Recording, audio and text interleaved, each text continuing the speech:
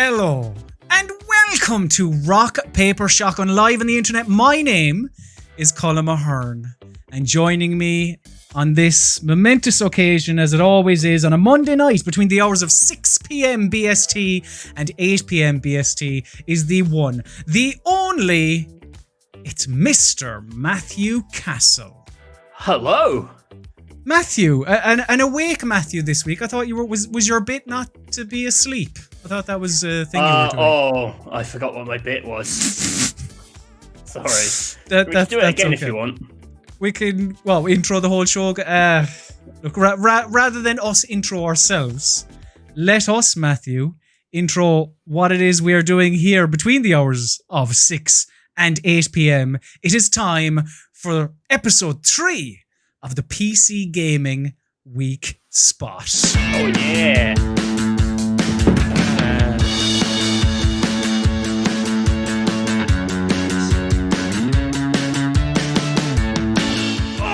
Yes, I'm so excited to... Oh, I'm so pumped.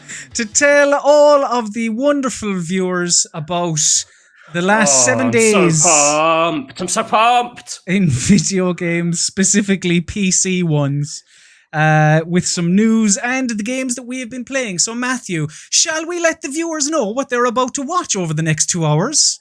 Let's.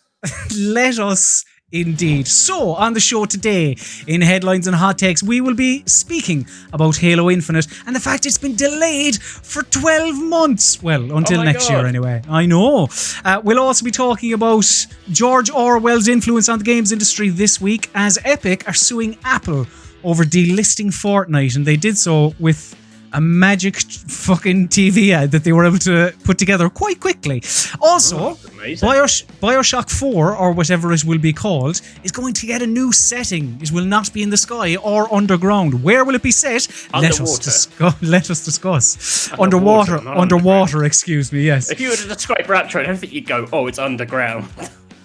But speaking, I think why underground is in my head, because we'll also be discussing Metro. Oh, no, that is underground. And the fact that the new Metro game, whatever it will be called and whenever it will come out, it may have multiplayer. Will that be good? Who knows? In Show and Tell, the game that has, for some reason, it feels like it's dominated the other couple of episodes of the Weekspot. We are going to be talking about Marvel's Avengers. Both I and Matthew have played it. What did we think? Wait and see. But another game that I have played, specifically, I don't believe Matthew's played this, is Fast and Furious Crossroads. Not Showdown, Matthew. I lived it. Crossroads. And Matthew Castle, he is going to regale us of tales from the tennis courts in Tennis World Tour 2, and something called There Is No Game Wrong Dimension. What's that? I don't know. Matthew will tell me and you in an hour or so. Also on the show, we will be, it's the return of the hit new quiz segment sweeping the nation, Mystery Steam Reviews. It is currently 1-1. So who's going to take a lead at this early stage? I mean, we say 1-1. Look, we'll talk about that in a while. We will also be taking your burning questions. That's when you can ask us absolutely anything within reason, you know. And finally, Matthew, the man, the myth, the legend. Oh my God. Director of The Twilight Zone, the movie, live on Skype. Yes, Steven Spielberg. We have been in touch with his people, and we have been told... Oh my God, I'm so excited. Steven Spielberg! We have been told that is a go. So that is, again, I know that's why you keep getting dressed up, Matthew. I got the tux. I got the tux for Mr. Spielberg. So... again, we apologize for the last 2 weeks, but we have been told this week is the week. So, look forward to that later this evening. But Matthew, let us waste no more time.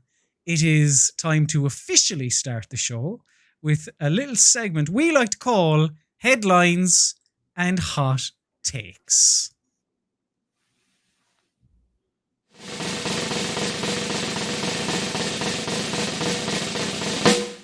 I'm going to let that run again because they didn't get the intro drums. Very important.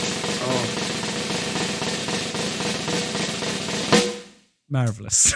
Mm. So, before we get into the meat of today's show, we just wanted to update you a little bit on two stories specifically that we've spoken about previously. One of them being about Spelunky 2. So start with the big guns. We spoke about how that had been confirmed for PS4, but we apparently Derek Yu, the creator of Spelunky, he's aiming for a few weeks after for it to come out on PC. It's going to be a few weeks after the PS4, so October time probably. And also the Suicide Squad game, we'll get more on that when it's shown off at this DC fandom thing. And we'll also hear more about WB Games Montreal, the developer of Batman Arkham Origins, the kind of forgotten Batman game. For a reason. We'll hear more about apparently, there's a rumored Batman game coming from them that is going to be announced later this week as well. Apparently, or there's some kind of speculation around it being the Court of Owls game, which has been long rumored. But Matthew, God. that's all. That's next week. Imagine being tried at a Court of Owls. It'd be noisy, Oh, smell. It would stink. And quite annoying.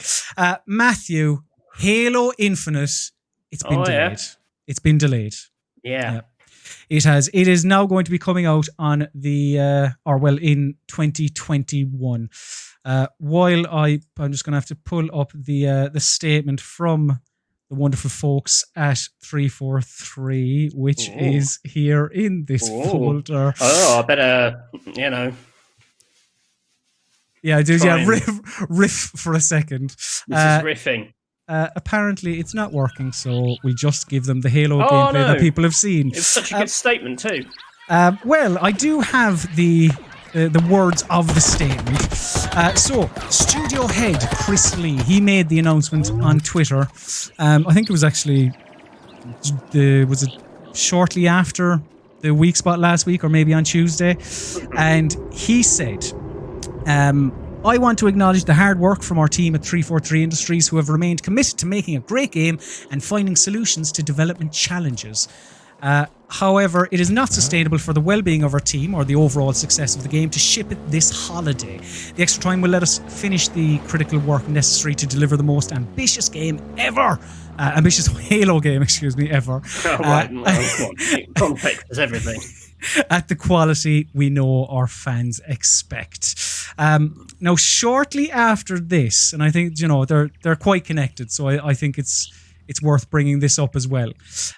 Phil Spencer. Okay, first of all, are you familiar with animal speaking? Is that something that's fell into your lap at any stage? Oh, this is where I thought the conversation was going to go. Well, animal talking. What did I say? Animal speaking. Animal Sorry. speaking. I thought you were segueing from Halo to the concept of animals speaking. I was like, what? That would be. You could probably link those somehow, but no. Phil Spencer appeared on Gary Whitta, who is the writer of Star Wars Rogue One, isn't it? He has a little talk show that he does. The games journalist. Yes, editor of PC Gamer at one point. But he had Phil Spencer on his little Twitch talk show that he does. And during this, Phil Spencer spoke about the Halo delay. He said, "Let me start just by recognising the fans and the fact that it is a bummer, it is disappointing to people, it's disappointing to us. We were looking forward to the alignment of Halo Infinite and the Xbox Series X. But more interestingly," he said, "we made the decision late last week. And I say we, Bonnie Ross, who runs 343, Matt Booty, who runs our first party studios organisation, and myself. And they came with some options, things we could do, maybe parts of the game that we could ship on given dates. It just didn't feel to all of us like the Halo release that we would want. So in the end, I made the call based on the information that they presented. Hopefully, in the long run, the best for our fans and for our platform." You translated that from Animal Crossing speak. Yeah, I'm fluent in many languages. How much? So, like. I mean, we can't look. It's PC Gaming Weekspot. We're not going to spend loads of time on the fact that it's going to affect. Well, Xbox. It's a PC game that's not coming out this year now. But that's the thing. Yes, exactly, and quite a big PC game as well, because Xbox was really pushing Game Pass rather than the console. you know? Mm-hmm. So how, like, I suppose, first of all, are you disappointed? Are you, like, is it No, a... I'm surprised. I mean, I'm surprised. That's quite a big. That's quite a big thing for them to shift, and clearly they're shifting. You know, this wasn't their intention. You know, Yeah. it's such a clear reaction to the everyone basically pointing and laughing at it, and Do you I think kind so? of thought, yeah, 'Cause I kind of thought publishers were in a, yeah, it was definitely that. I didn't really think kind of publishers responded to that kind of stuff. You know, there's always been a vocal element with any game that doesn't like it. I know this one was particularly loud and fervent, but I don't know. I found that I was just surprised. I don't know. Like it feels like backing down a bit. You know. But do you not like? All right, maybe the reaction to the what was his name, Craig the Brute, and all that kind of the memes and whatever else. But I don't know. Do you think that this is purely because of that? Like I fail to think that Microsoft would bend to. It kind of feels that way because to Domino's putting out, they were like, no, this is their big console launch kit. They're now launching without a game, because of this, which they wouldn't do lightly. I think they just don't want to get like hammered on it. You know, you don't want your first game of the next gen to be, you know, defined by being a laughable thing or get, you know, 6s and 7s or whatever in reviews. Totally, but I mean, the bigger concern is, you know, obviously they've got to see how long they delay it for, but you know, these kind of changes, they're not quick and easy things to do. Like what people want from this game or what people have expected, and you know, if we're talking purely about the graphics here, it's kind of overhaul that I just don't think you can do without like absolutely breaking your team in a short amount of time or pushing it back so far that, you know, I mean, they haven't said how far they're pushing it back, but like, are they going to have another year to work on it? I mean, it's not a quick fix. I mean, you're talking about, this is a game which will be now at like a polishing phase. The idea of going back in and reworking it in a substantial way, that's a big process, I think. Well, I mean, if we take them at their word, it is being delayed to, what was it again? If I try and find something about the well-being of the team or whatever. No, I'm not stupid.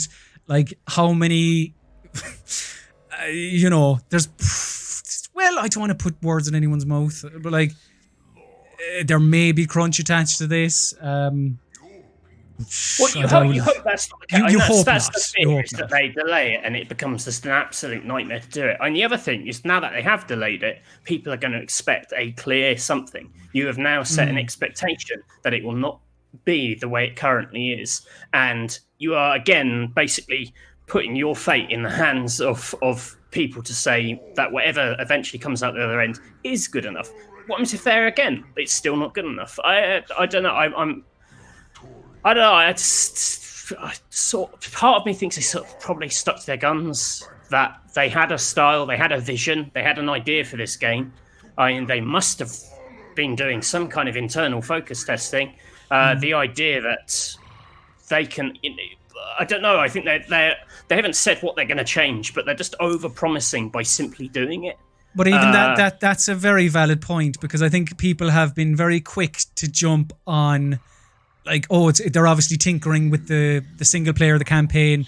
Like, we don't know. We don't know if this is single player, if this is multiplayer, because even Phil Spencer's in his chat with Gary Whitta, and how he said we you know, there were conversations about putting it out piecemeal. We don't know if that was, you know, give them the campaign, we'll hang on to the multiplayer, or if that was give them the multiplayer and we'll work on the single player.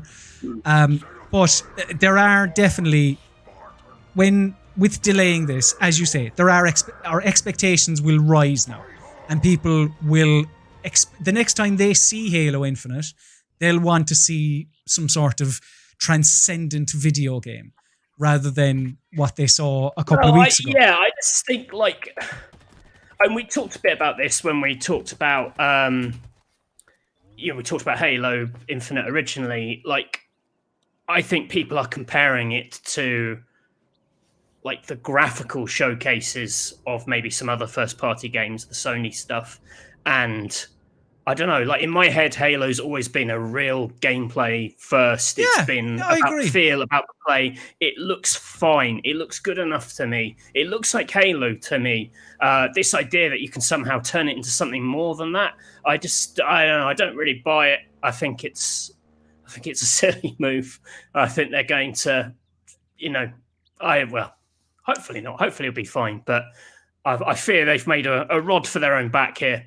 And yeah, there's definitely people will be expecting a lot of Halo Infinite now whenever it does resurface, and I don't know, we'll see what that will be like in a year's time, I suppose. Something which we may never see again, Matthew, is Fortnite on iOS. Now, again, this is, the PC Gaming Weekspot. The PC Gaming Weekspot, but there is all this Epic versus Apple thing. We can pull it back around into PC gaming. So, to give you the whole story as in a truncated fashion as best as I can. So, Matthew, to cut Apple and Google out of microtransactions, Epic lowered the price of V-Bucks, which, if you don't know, is the currency with which, that's what you use in Fortnite. That's what I get paid in at work. And they, initially, it was like a tenner for however many V-Bucks on the App Store, and they dropped that down to $7.99. Epic did. And on the App Store, it was like there were two payments. You could click on this one button, it's $9.99 from the App Store, $7.99 from Epic, and even in brackets, it was like discount price. Now, this benefited PC players because they also got it for a cheaper price. But Apple weren't happy with this, so then they decided to and Google as well, I should say. People are sort of forgetting that. So they delisted Fortnite. Now, amazingly, and the people at home can see this now, and hopefully you did see, if you are too young to remember the 1984 ad that Apple did, you should have been able to see it before what you're seeing now. In the space of an hour of Fortnite being delisted, Epic had this trailer ready to go. And as you can see the wording there, Epic Games has defied the App Store monopoly. In retaliation, Apple is blocking Fortnite from 1 billion devices. Join the fight to stop 2020 from becoming 1984. Hashtag free Fortnite. Effectively weaponizing all of these, to teenagers to go after Apple. But the thing about this is it's $2 billion, one multi-billion dollar company going after a multi-billion dollar company. So it's very hard there's no real little man to cheer on in this fight. But so Apple were essentially taking 30%. And Epic have railed against that because that's what Steam was taking as well from games on their service. And Epic is I have 13 in my head. I probably should have looked that up beforehand. But it's less. It's 12 or 13. Something like that. Now, I suppose my question to you, Matthew, is, first of all, can Epic, again, multi-billion dollar company, take on a multi-billion dollar company in Apple and win, and then benefit developers in the long run? Maybe that the 30% across other, It's a big old tangled mess because I sort of fundamentally agree with the idea of developers having a better cut for themselves. Yeah. Which is kind of Epic's whole thing with the Epic Games Store. But it is a bit rich for Epic to throw their toys out the pram about how someone else runs their platform when they run their platform themselves. And while their cut is this 13%, and they are trying to lead by example, and others have chosen not to follow, they arguably have done plenty of not nefarious things, but their exclusivity deals and the aggression with which they lock stuff in is, well known to annoy many people. And it's hardly like, I don't know, the most democratic way of doing things. So it's a big old, it's such a mess, this one. The thing I do object to is the whole trying to get this whole kind of PR campaign within the game, basically trying to encourage your player base to sort of fight this fight online for you.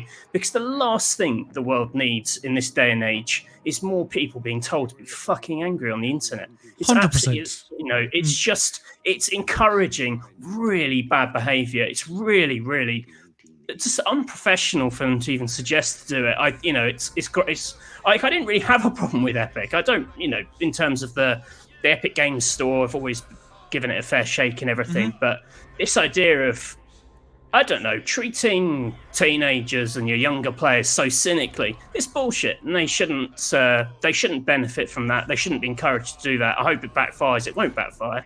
And like as I said a while ago, like they knew what they were doing. Like this was, this voice acted CG trailer all ready to go. So and the lawsuit was ready. Everything was.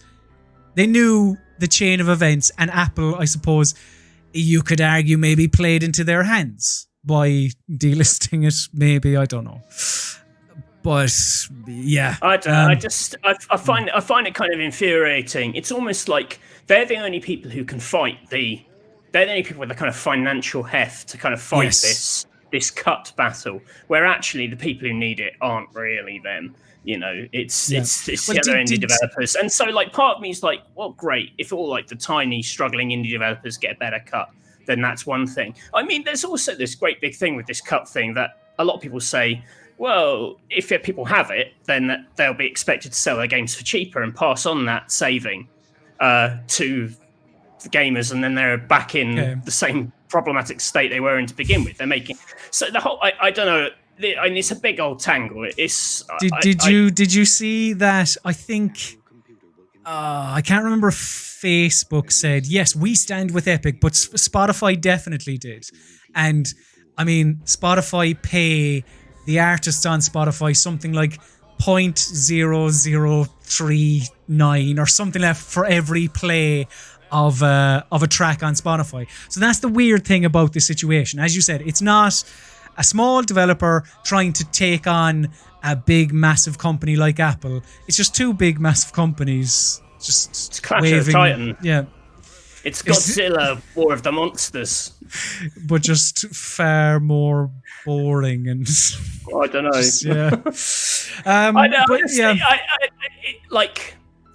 I don't know. Personally, my least favourite thing about video games is how much business has been pulled into like the hobby. I used to like it when I was younger. I felt like I didn't really know much about the businesses behind video games, and I kind of preferred it that way. Not like this isn't me putting my hands over my ears and I don't want to hear it, but like it's, I don't know. I've always had video games as like escapism from that kind of horseshit, and it's been dragged more and more into the into the spotlight over the years. Just the online news cycle, just to fill news websites, people have to talk about this stuff in a more prominent way. And now to see people going even further and dragging their fan base into a business dispute. That's the again, using your fans to be like, we're not the bad people, go to them. But do you not, because these disputes happen, so would you not prefer these disputes to be in the public domain rather than hidden away? They are in the public domain. I just from a personal opinion, like there is a lot of the business of games that I am not particularly interested in, like how well things sell, how well things do, like that stuff. See, I don't know. I do find that fascinating. Yeah,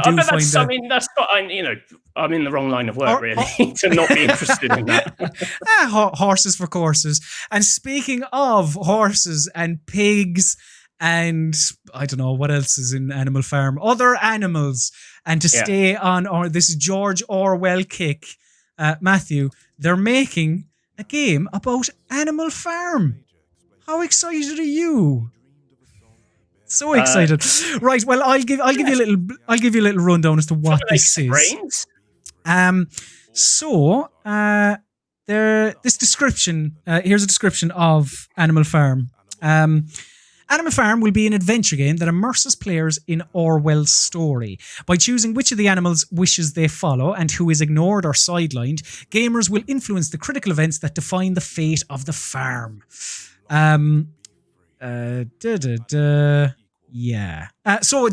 suppose one of the more interesting things about this is the people who are attached to it. You have, as it says there, the creators of Reigns, that kind of, it was like a Tinder thing where you swiped right and swiped left to Tinder Game of Thrones. It's also being narrated by Abu Bakr Salim, who is Bayek in Assassin's Creed Origins. Yes, very nice man. I met him. We did a video once where not on Rock Paper Shotgun when I used with Xbox. We did a video where one of our presenters played through the game with him and just kept killing him in the game, and he was just like, "Please be a bit more careful with me." It's quite a nice bloke. Would this interest you at all? I mean, I've never read Animal Farm, so I mean, I'm aware of Animal Farm. I know the story of Animal Farm. I'm interested in the people, like good pedigree, interesting people involved. It's kind of I'd be interested to see what angle it takes in terms of what, are you managing Animal Farm?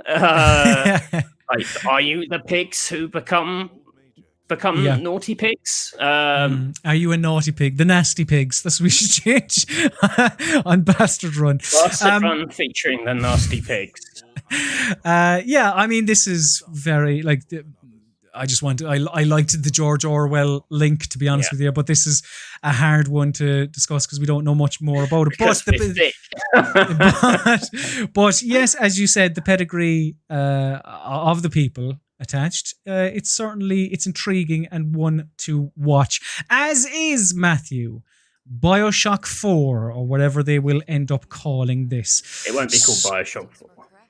Probably not. They dropped the naming convention when they did 3. So, but Lionel in the comments says, "Come on, Colm. It's like 150 pages. Read the book. You've been in quarantine for 5 months." That's fair. That is very fair. But I've been too busy watching The Sopranos, which is very good, and also very little reading in that. Tony says all the words for me, Matthew. It's very easy. But last year, we got confirmation that there was going to be a new BioShock game from a new studio under the 2K umbrella called Cloud Chamber, and a couple of job listings have given us somewhat of an insight. So, first of all, there's a job listing for a lead environment modeler, and all that tells us is going to have environments like all games. But this lead environment modeler is going to be, in the job listing, quote, "They're going to help us breathe life into a new and fantastical world." Sorry, I was too quick.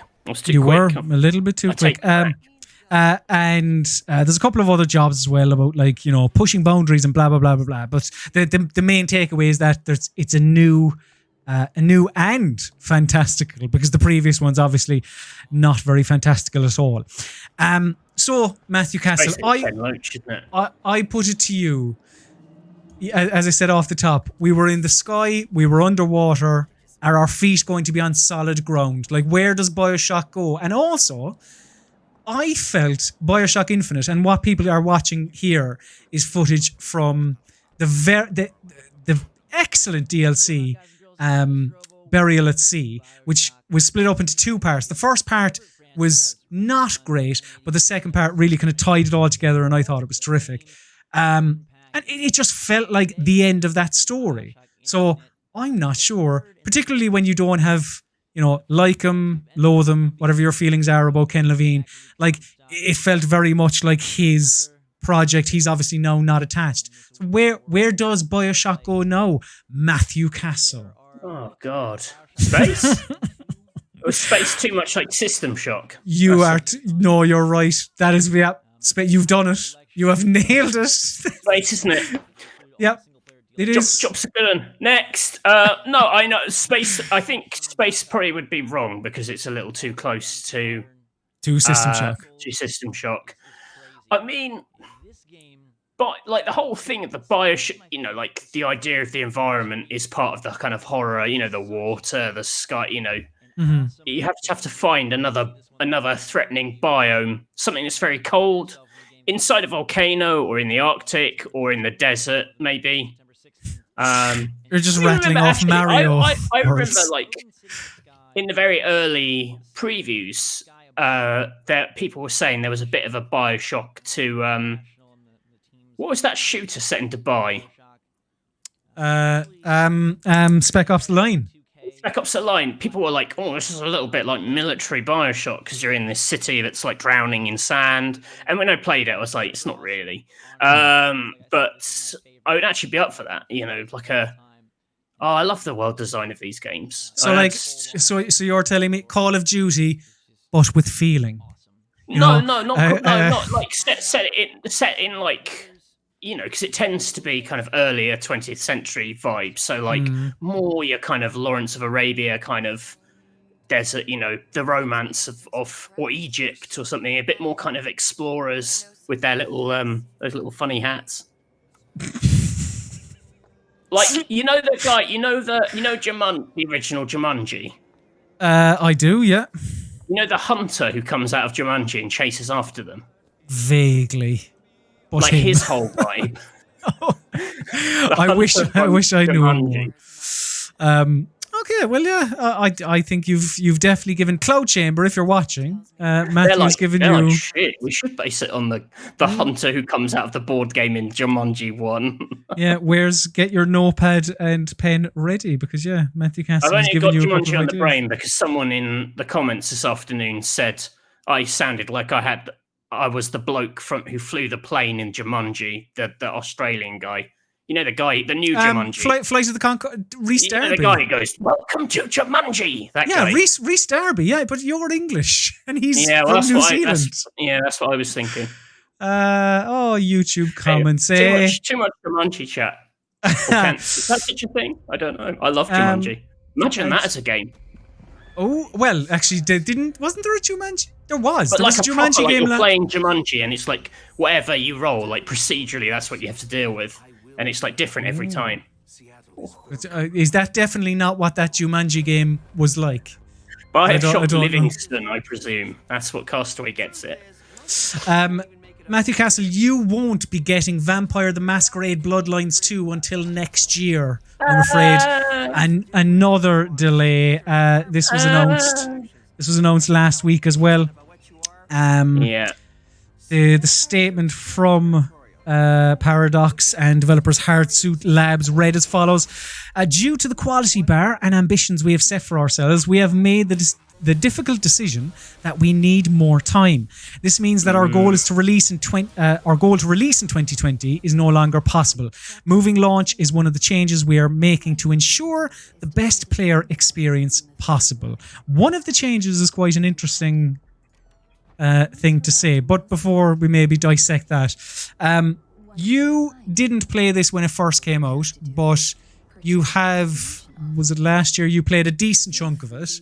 Were you? No, we haven't played it. No. Sorry, I'm sorry. I meant to say the original. Oh, right, the original.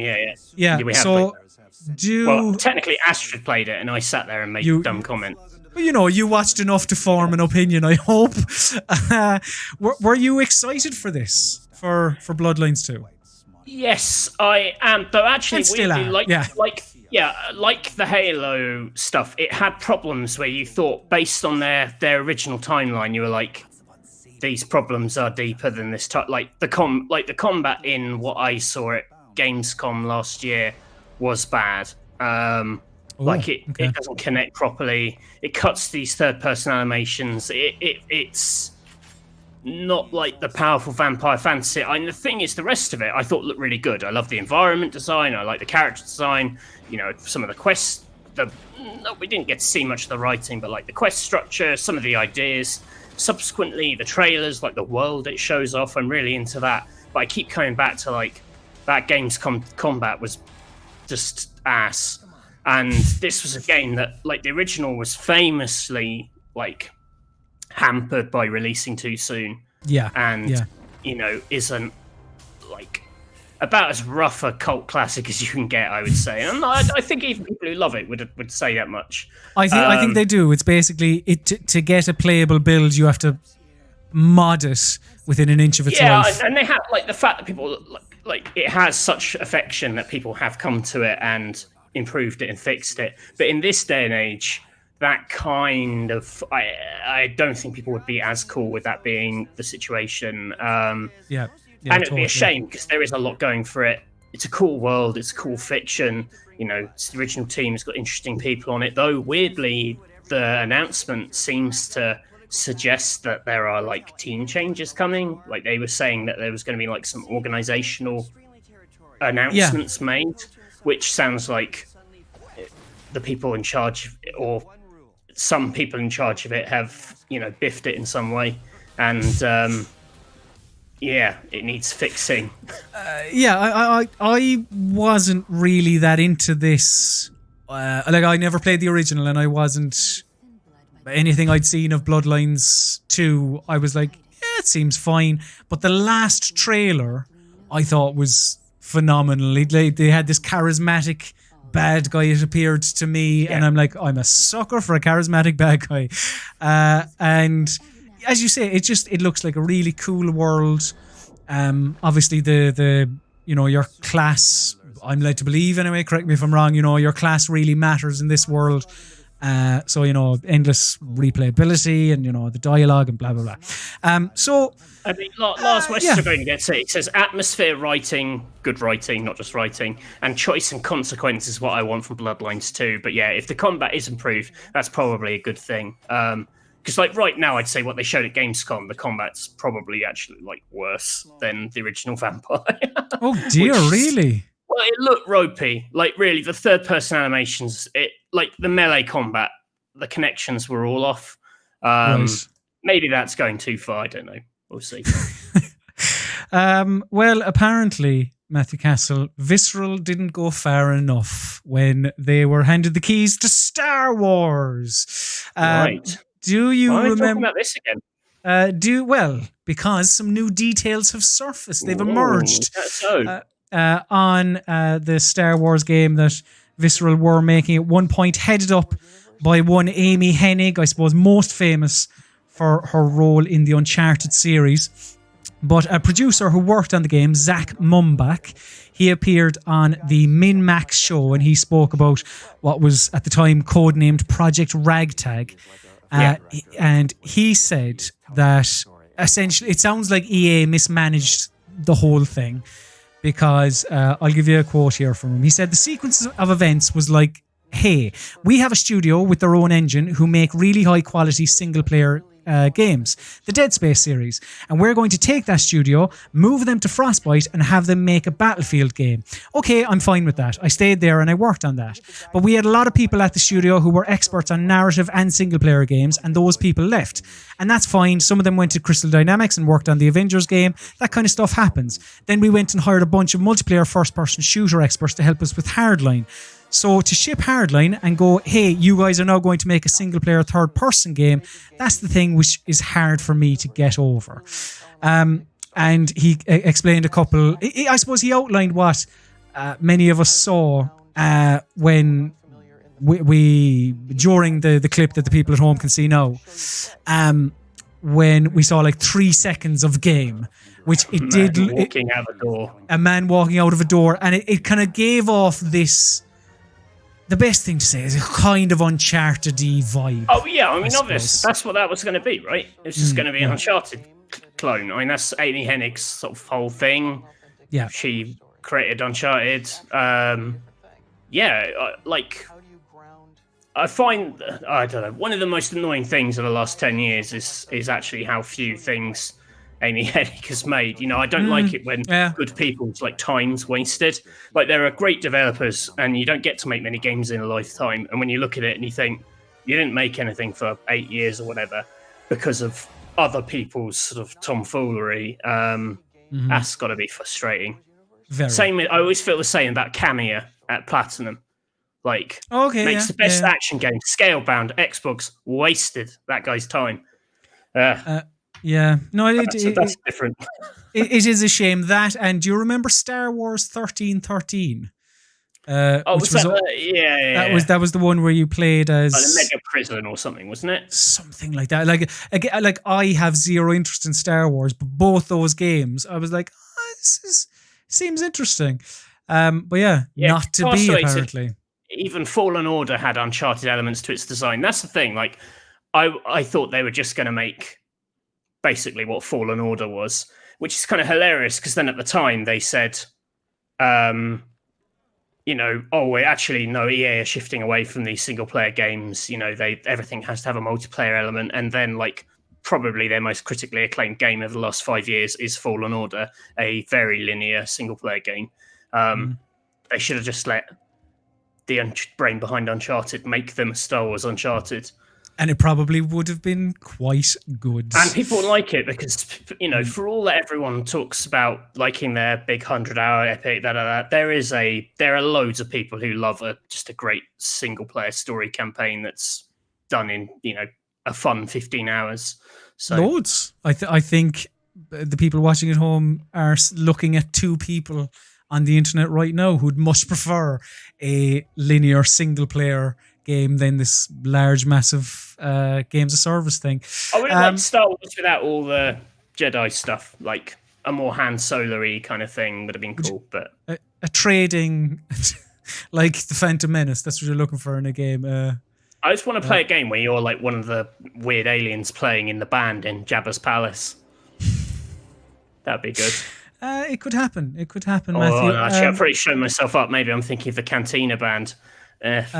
But one thing that will definitely happen, I'm sorry, I can't riff with you on Star Wars, Matthew, I'm afraid, but I can give a go on Metro. So the developer behind Metro, 4A Games, has been acquired by the parent company of THQ Nordic for $80 million. Why do you care, Matthew? Who does THQ Nordic not own? I think they bought me last week. I was going to say, do they own the PC Gaming Weekspot brought to you by THQ Nordic? But yeah, they've bought 4A Games, and 4A Games will now operate.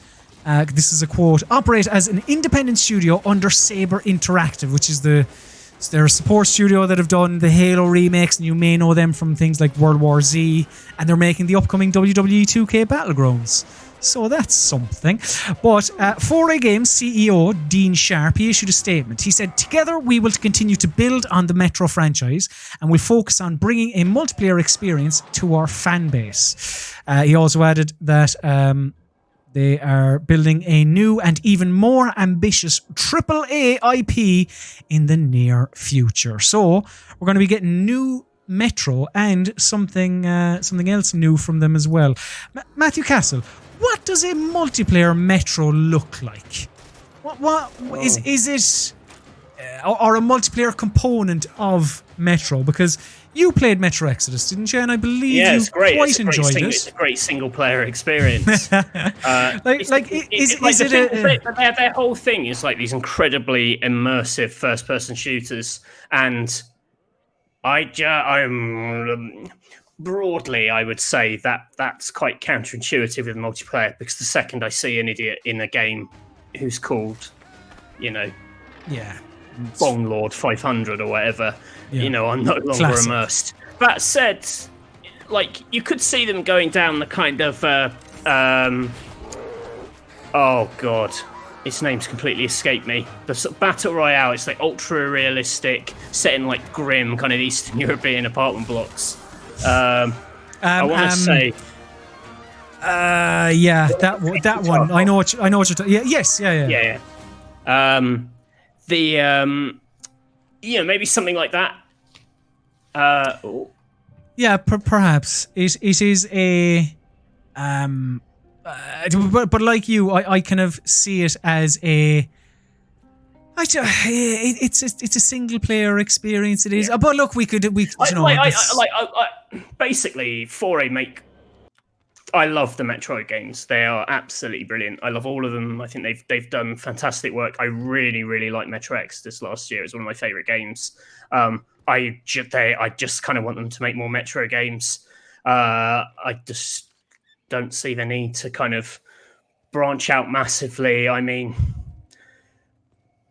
yeah, so not the spiciest take, but no, like, I tend to agree. That are really, really good at the thing that they do, and like I just don't see them. Normally those decisions come from the top, don't they? It's other people who take a good studio and try and stick a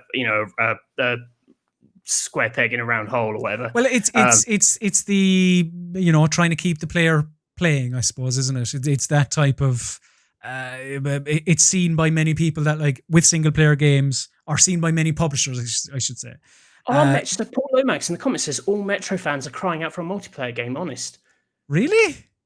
Is that? I don't know if that's sarcasm or irony, or I am just out of the loop. But I don't know. Not this Metro fan. One game I'm crying out for, Matthew, and I think you're with me, is a new game from Daniel Mullins Games. Now, if you're unfamiliar. This is the developer behind the excellent Pony Island and The Hex.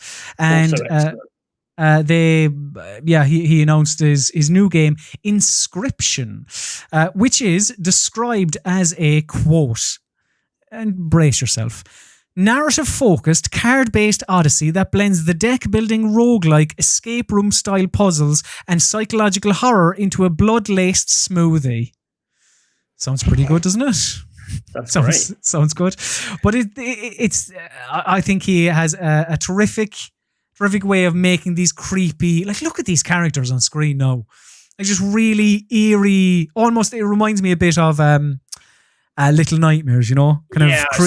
Creating horror where there normally isn't. And this kind of the card-based thing. You see I'm guessing the protagonist in this case, get up from their seat and move over to the wall where they solve puzzles, kind of like, do you remember that game, The Room? And there were a couple of sequels as well. It looks like it's, Daniel Mullins' stuff starts in one place and always ends up in a very different place. They're incredibly meta. They play with video game convention.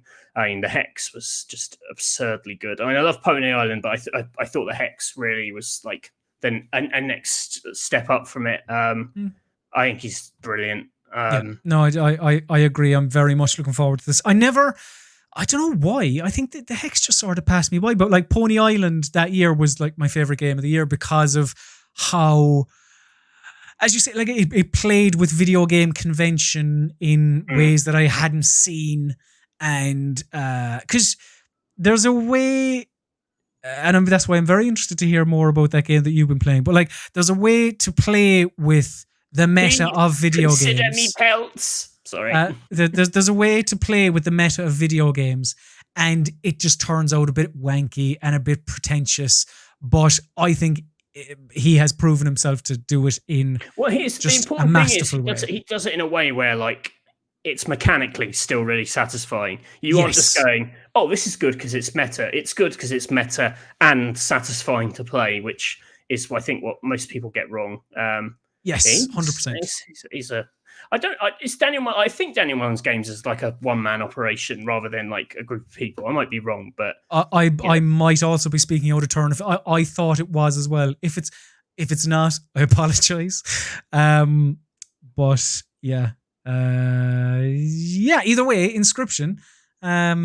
Sign me up. As I want to be signed up to head out to the skate park, Matthew Castle, and perform some Weddle grabs.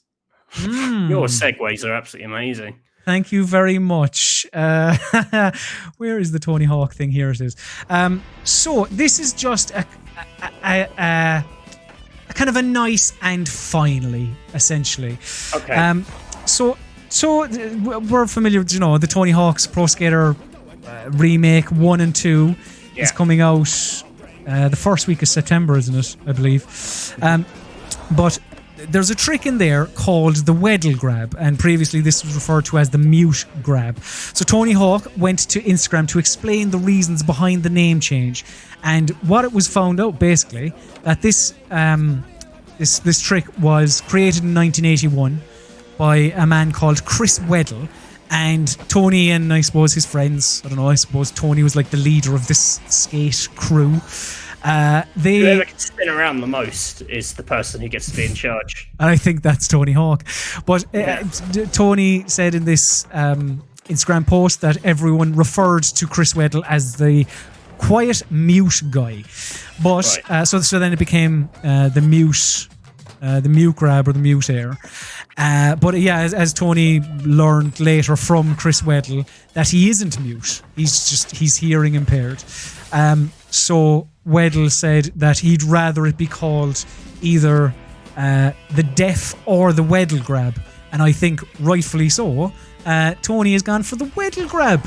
Isn't that nice? Isn't that nice? Just, a nice story what a nice in man. Video games. What a nice man with his name on some terrible games. Some very good games. It's like some great games, but like recently, it feels like it's a bit of a resurgence after the dark years of what was that one where you had the plastic skateboard? Ride. Yeah. Awful. There's a terrible one on Wii. Tony Hawk's Downhill Jam. That sucked. Downhill Jam, Wasteland. A lot of. I had to go to London to review Downhill Jam. Oh wow. Yeah. For the launch of the Wii. That was bad. My sympathies, Matthew Castle. I hope this is hugely successful so that they eventually get around to making Pro Skater 4, which was the one I really liked. I mean, to be fair, a number of the press were kind of playing the demo, and people who pre-ordered the game were playing the demo, and it appears that it is sort of classic Tony Hawk. Like, do you remember the remaster from a couple of years ago? I want to say 2015. I think that was shit. Like, that was a bad game. But fingers crossed that this one is alright. Shout the credit. Oh, sorry. I thought the people in the comments were just telling us to write, like a ride. But they were answering. I forget they're a minute behind us. Matthew Castle, let us ride into the next segment. Which is oh, Colm, I'm getting hot again. Which are you? Do you want? You should get yourself one of those hand fan. I'm hot for things. Spielberg. But before we're not onto Spielberg yet, I'm afraid. Before we get on to Spielberg, we must. Matthew Castle, I can't find the thing, which is why I'm speaking more slowly and trying to. Here it is. Yes, now it is time for the segment that we here on the show like to call Show and Tell. Show and tell, show and tell. We can't afford a proper jingle. It's meant to be jingle. Maybe my favourite, Matthew, but I don't know. They're all my favourites. Music. So this is the part of the show where we talk about the games that we have been playing. And Matthew Castle, I and you have both been playing a beta for the hot new game that everyone loves. It's Marvel's Avengers. Now, I'm very excited to hear your thoughts on this, because when we spoke about this a few weeks ago, we almost had an argument, a tiff live on air.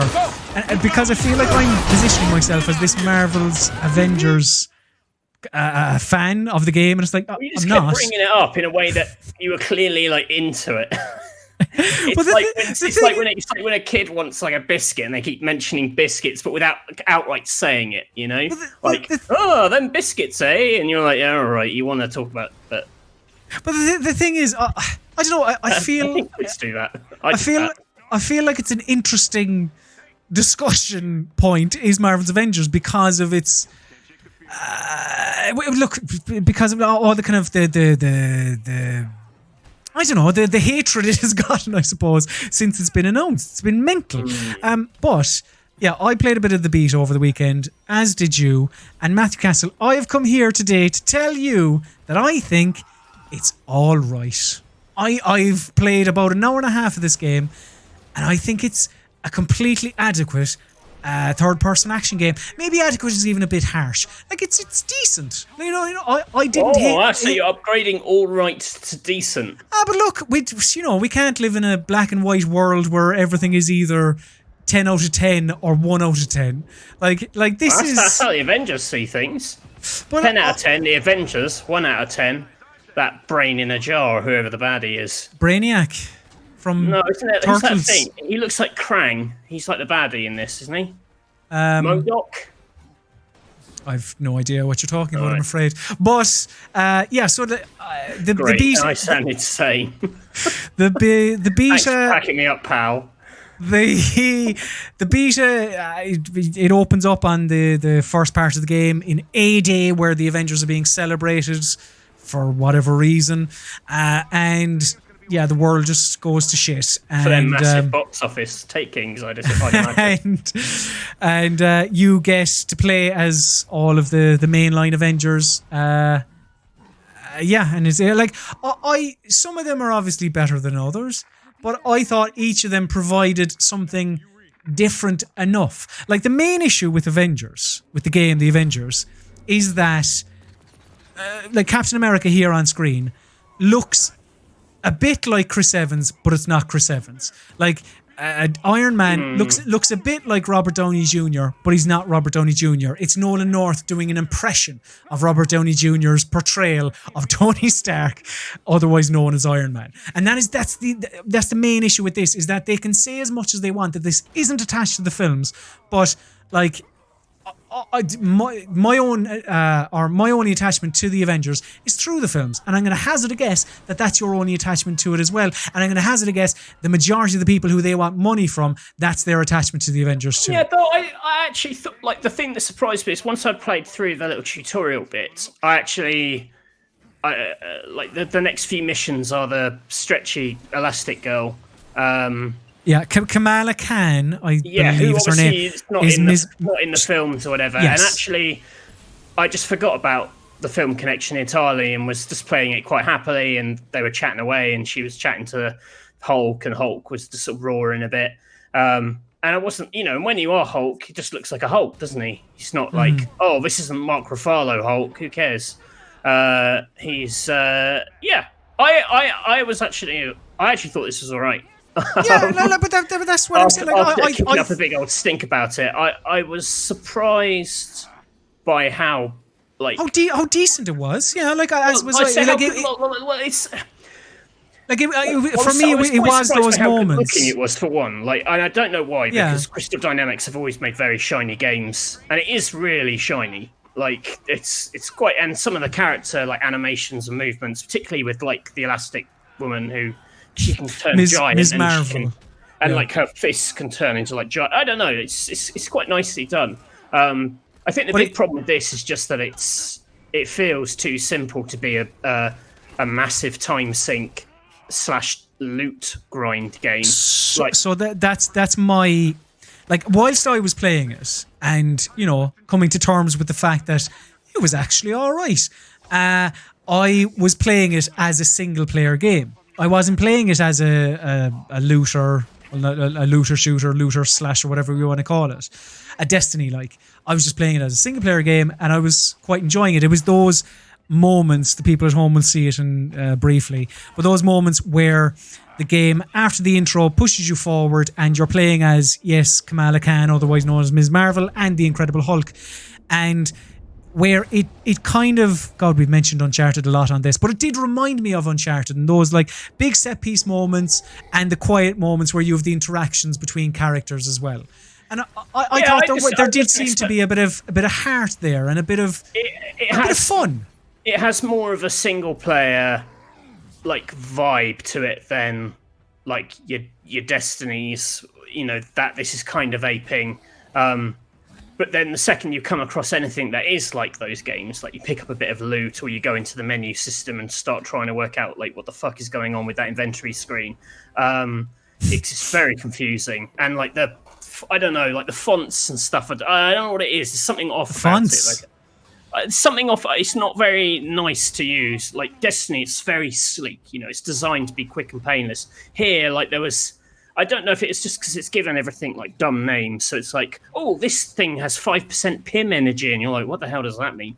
I mean, that's Ant-Man. Yeah, but what does it? Yeah, I know that. What does it mean in the grand scheme of things? No, definitely. The loot aspect is that's where it will lose Destiny players.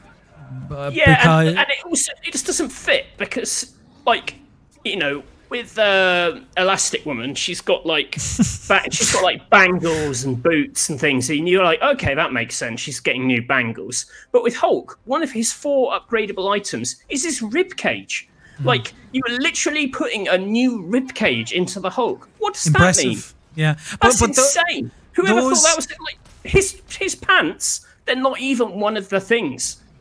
Like, that's because, Matthew, the loot isn't cosmetic, which I like is going to be. No, but you could say like, pants. You could make the loot cosmetic, which like I find that weird that cosmetics and loot are separated. Like why something you pick up doesn't have an effect on the character's appearance is really strange. I don't understand why they've separated that. I just think of all the things. Even if you're picking non-cosmetic upgrades, the idea of someone's ribcage being up for grabs is just so stupid. I mean, he is a big green man. He is big, but then, like here, we're watching the little boss fight, and so I actually thought like things like boss fights and stuff were actually quite, they just felt like a decent single-player tie-in game. It just felt like you were playing a Hulk game, and like, I could see myself actually just playing through the story by myself.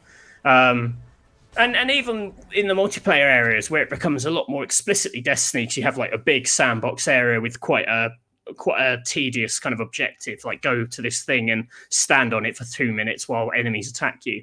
Actually, there, seeing other characters, other players online being the other heroes, and there's like, another Hulk doing mad stuff, and I'm doing my elastic limbs. I thought it was all right.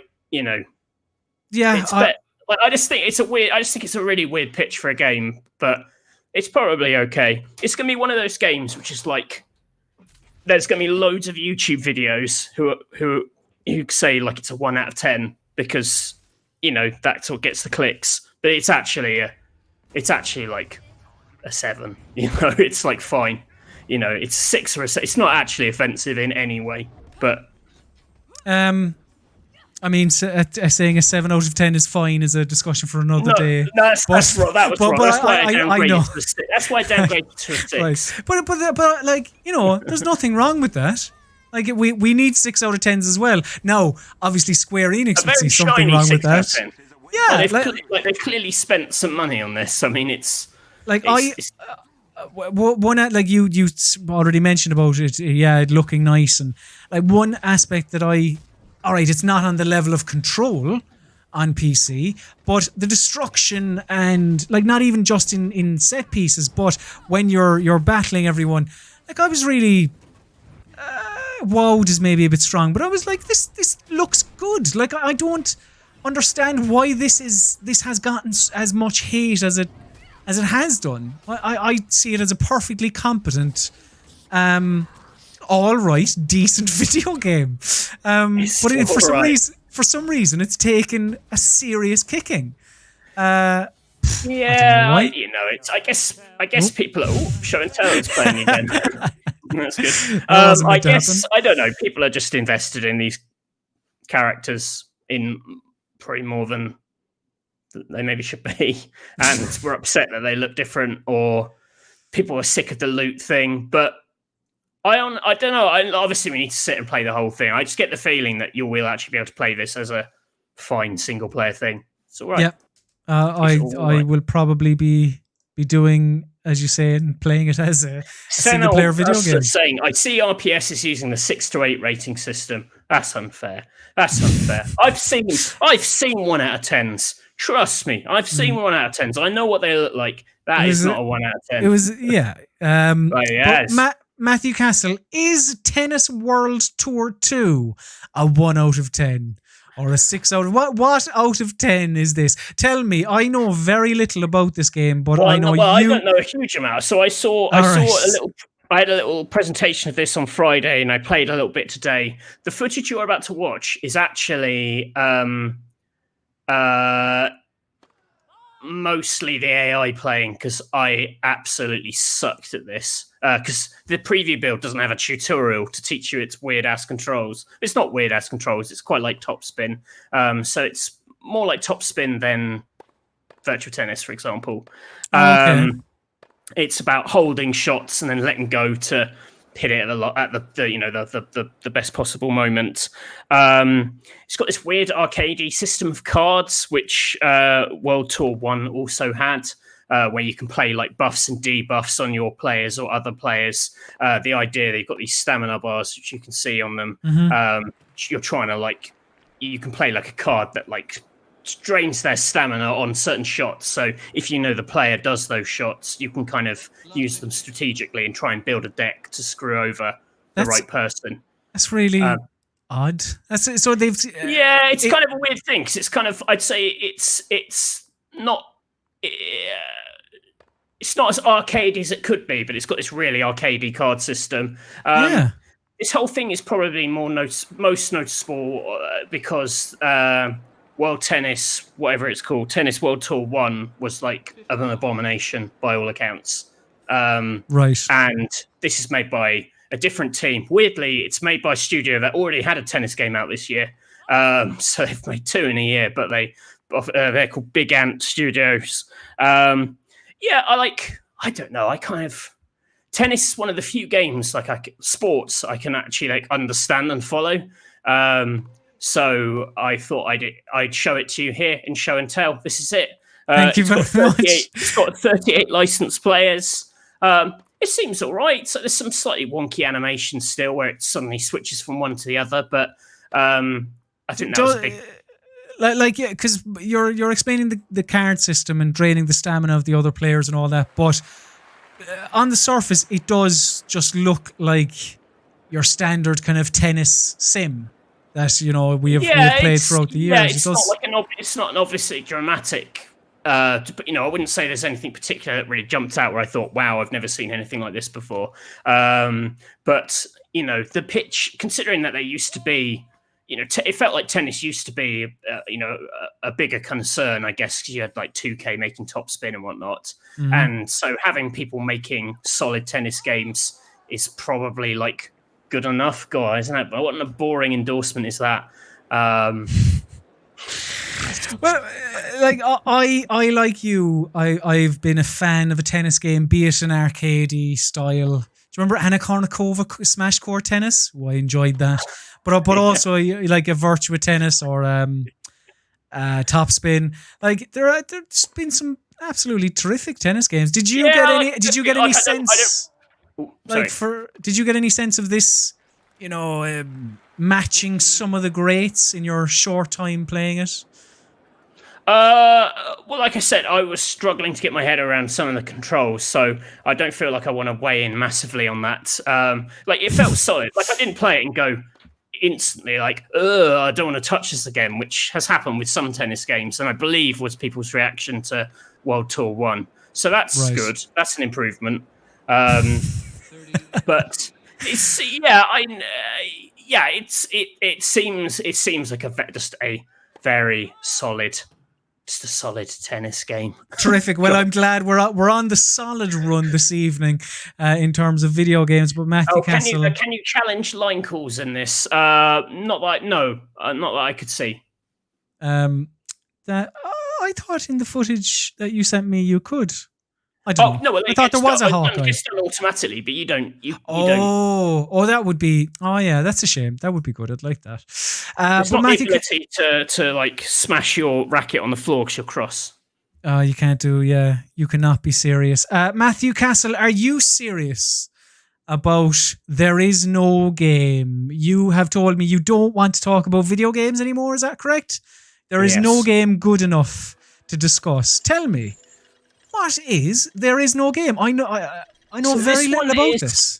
Did I accidentally send you a massive clip where I accidentally loaded it up in German. I thought I edited that out. Oh, I uploaded the wrong thing. I thought that was part of the. No, that was I was recording it, and then I edited this bit out. But I obviously sent you my original capture. Oops. Anyway, like, is there anything? I mean, there's some bits in here that the people can. Yeah, so look at. There is no game made by Draw Me a Pixel. This was brought to my attention by John Walker, formerly of Rock Paper Shotgun. He was on Twitter saying, "Why isn't everyone in love with this game? It's amazing." The entire pitch of it is that you play it and there is a sort of narrator, a sort of Stanley Parable-ish narrator, who is trying to convince you to turn it off because they haven't made the game. There is no game contained. And your job is to basically try and find the game in there. And it's all very meta, and the game emerges sort of organically from interface and other weird things. This is... I'm just showing you right from the start. I wouldn't have if it was my edited footage, but this is probably better because the whole point of it is that, a bit like the Daniel Mullins games, as you play it, it just keeps changing gear. It's very clever with how it plays with not just video game conventions in terms of genre stuff, but like just the screen furniture and the way that narrators behave and option screens. Like, every function of a game is played with in some way, and it's a lot more substantial than you think. You know, this whole opening portion is just about basically trying to break through a title screen to get to the game. I'll keep talking until it turns into the first weird thing. But like, as the game, I can push the footage on a little bit. Yeah, there you go. Okay, yeah, this bit here, the people at home can see now.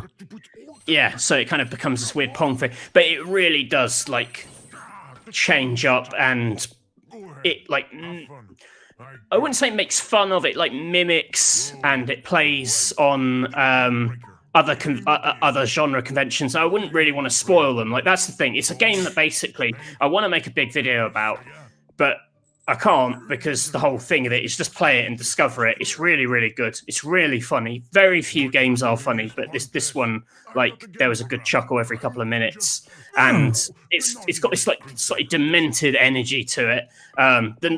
Whoever is the voice of this sort of French narrator, like, really goes for it, and yeah, is it actually French, or is it kind of allo I think are they a French team, maybe? Okay. But like, it's a very, like, as we kind of discussed with Daniel Mullins, like, it's hard to get that meta delivery right. But you're saying that this it does. It's like, done very well. Like, it moves so fast. Like, it throws new stuff at you like every 30 seconds. You know, it's always semi-obvious what you're meant to be doing. I wouldn't say it's like the hardest puzzle game in the world. There are a few bits which sort of stump me. I just you just trust me. It throws up some stuff. I trust you. It goes to some really good places. It's a lot of fun, and there's a classic bit of rock paper scissors in this case, which is good for us. Really good. Apparently based on a Game Jam thing, which I haven't played, but kind of, you know, sowed the seeds of this thing. But the final game kind of grows out in ways apparently that the original didn't. Interesting. Yeah, no, it is. It's definitely one that it's like a tenner. Like, you'll get a tenner's worth out of fun out of it. Like, just go and give it a go. If you like interesting indie things, get on this.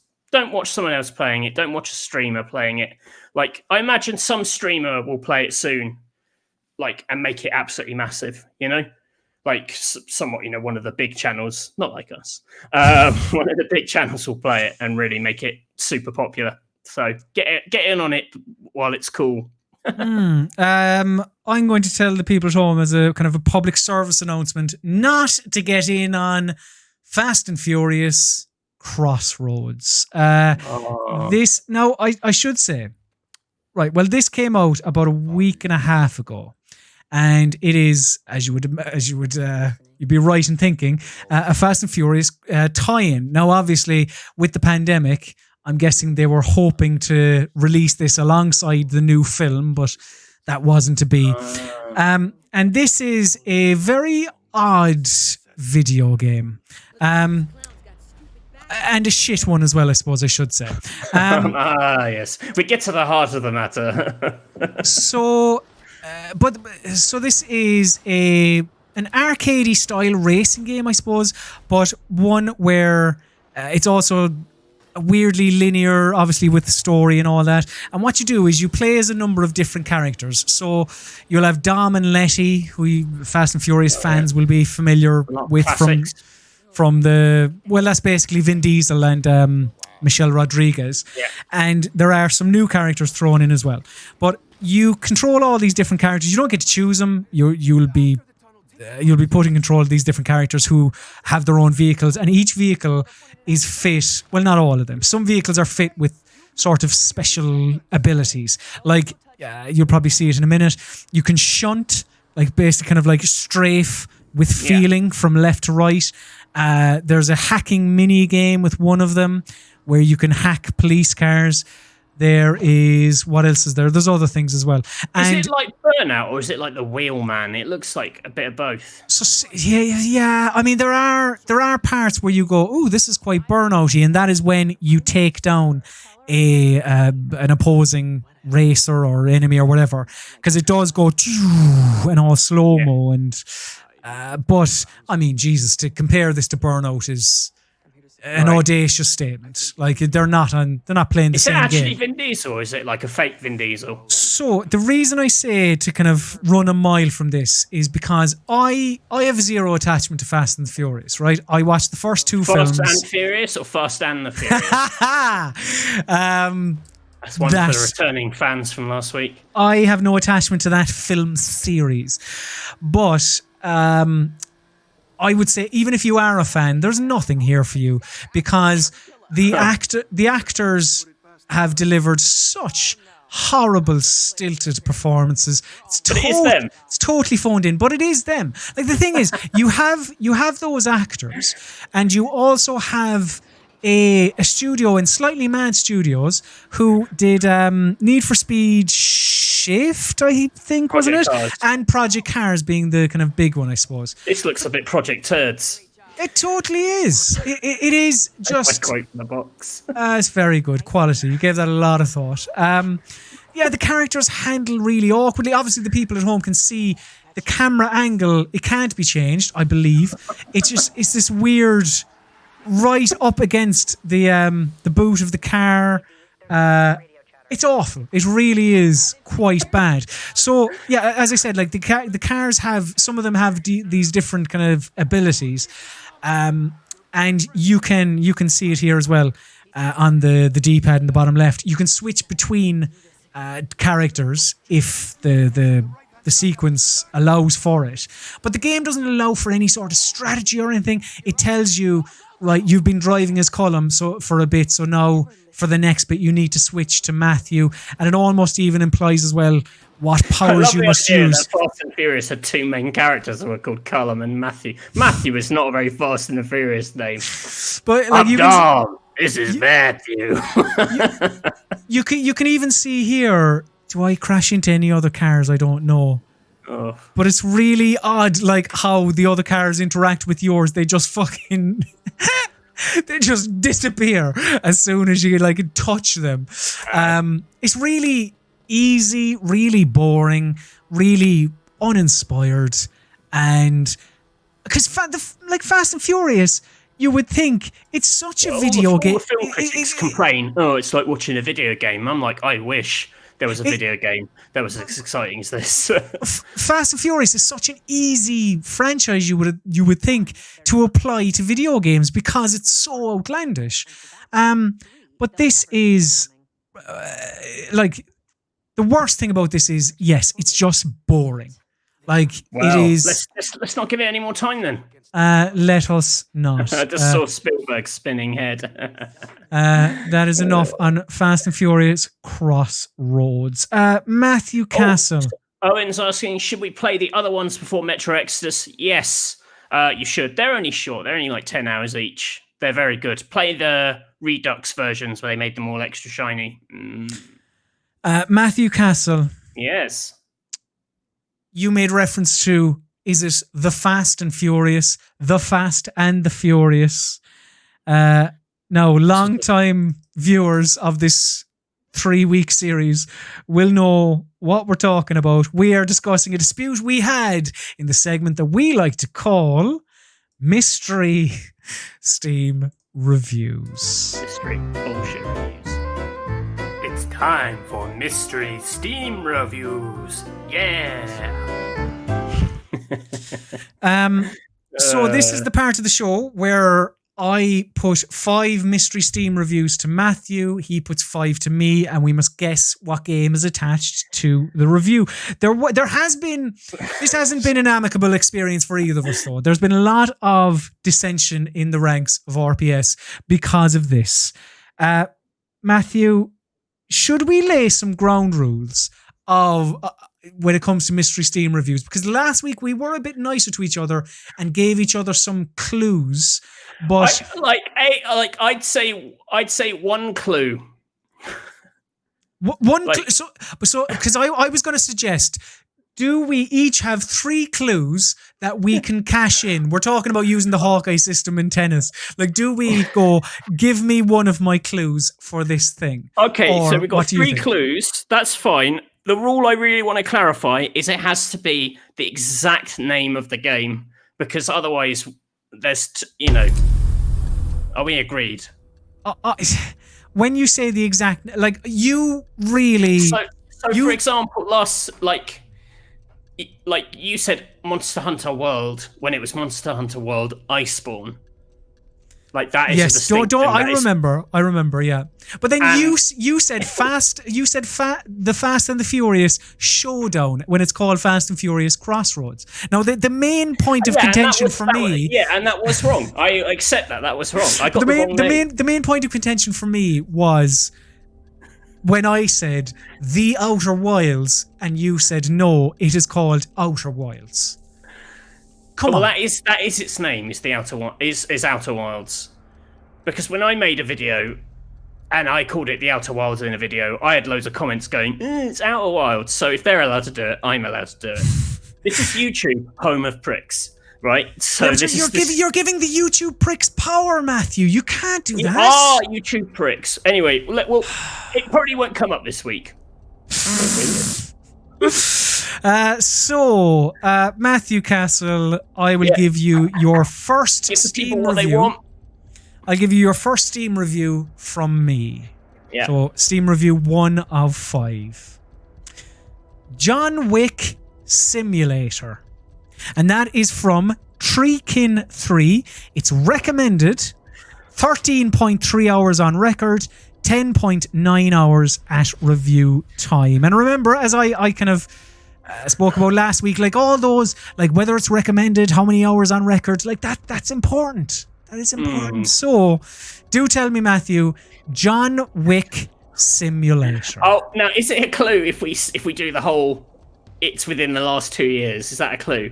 No, that isn't a clue. So yeah, we should clarify for the people watching at home. These games have come out, yes, like from the 1st of January 2019 to now, essentially. Oh, I've got Alice calling me a liar now in the comments as well. It wasn't that video. It was a different video, Alice. But you were right. You did that very well. Was there something else? Was there something else we needed to address? I don't know. But John Wick Simulator, Matthew Castle. John Wick Simulator. Correct. Well, it's going to be too obvious to say that it's the John Wick game. I think that's too obvious. Do you think that's too obvious? Yeah. So John Wick, he's like... Is that too obvious? So it's a game where you can do insane fighting. And so I'm thinking, John Wick. Remember, three clues, Matthew. 3 clues you have. And it's from the last couple of years. Well, the 1st of January 2019 to now. It has come out in that. It's come out. Hang on, have all of your games come out from the 1st of January 2019 to now? Yeah, they have. Yeah, they have. Okay. I think they have. Bullshit already, but go on anyway. John Wick Simulator.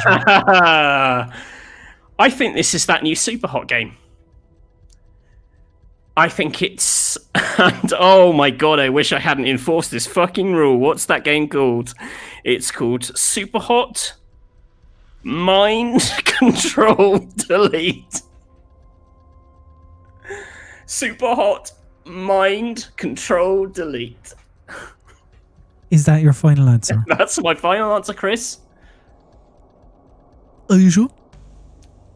Yes. Matthew Castle, you said Superhot Mind Control Delete. You are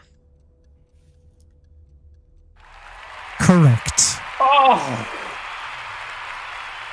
What a majestic start for the castle. Terrific start, yeah. Well done. So, Matthew Castle, 1-0. Can you read out your first Steam review for me, please? Where the fuck is it? Right. Play this game if you want to be depressed for life. That's by Need Something, though that's kind of irrelevant. They played this game for 19.2 hours, but they reviewed it at 2.9 hours. Play this game if you want to be depressed for life. Yes, and it isn't Mystery Steam Reviews. I don't know why, but the first game that comes to mind is Death Stranding. And we have done... Death Stranding has popped up here, so it's surely not that. Well, I don't. This isn't a clue, so it doesn't count as one of your clues. But okay, thank you. I'm not above returning to the well for certain games. I'm not saying that I have, but I'm not above that. Interesting. I'm saying it's not a band, in my opinion. Yeah.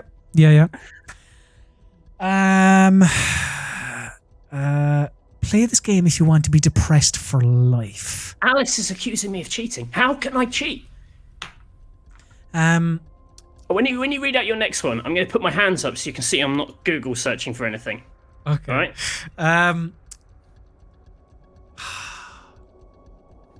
I mean, yeah, in the interest of time, I will hurry it on a little bit, but play this game if you want to be depressed for life.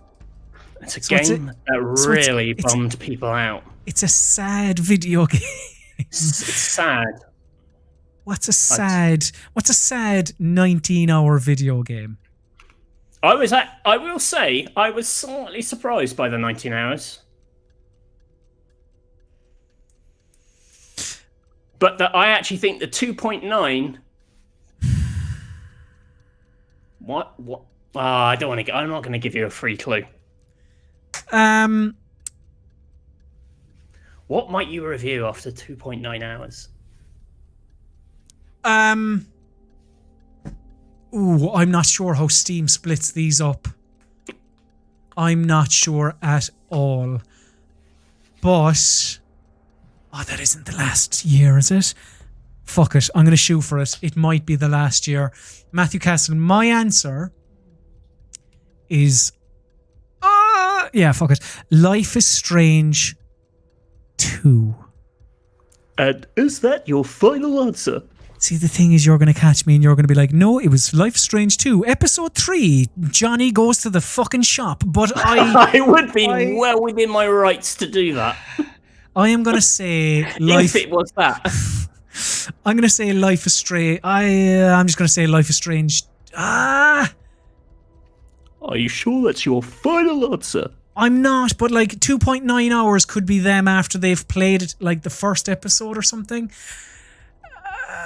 Yeah, why not? Why not? Life is Strange 2, Chris. Final answer. It is correct! Oh, yes! Yes! Get in! Well logicked. So I'm going to put my hands with... Delighted. So I'm not searching because Alice has accused me of cheating. Scumbag that she is. Right, 1-1 after the first round. Exciting times. Okay, Matthew Castle, here is your second Mystery Steam review.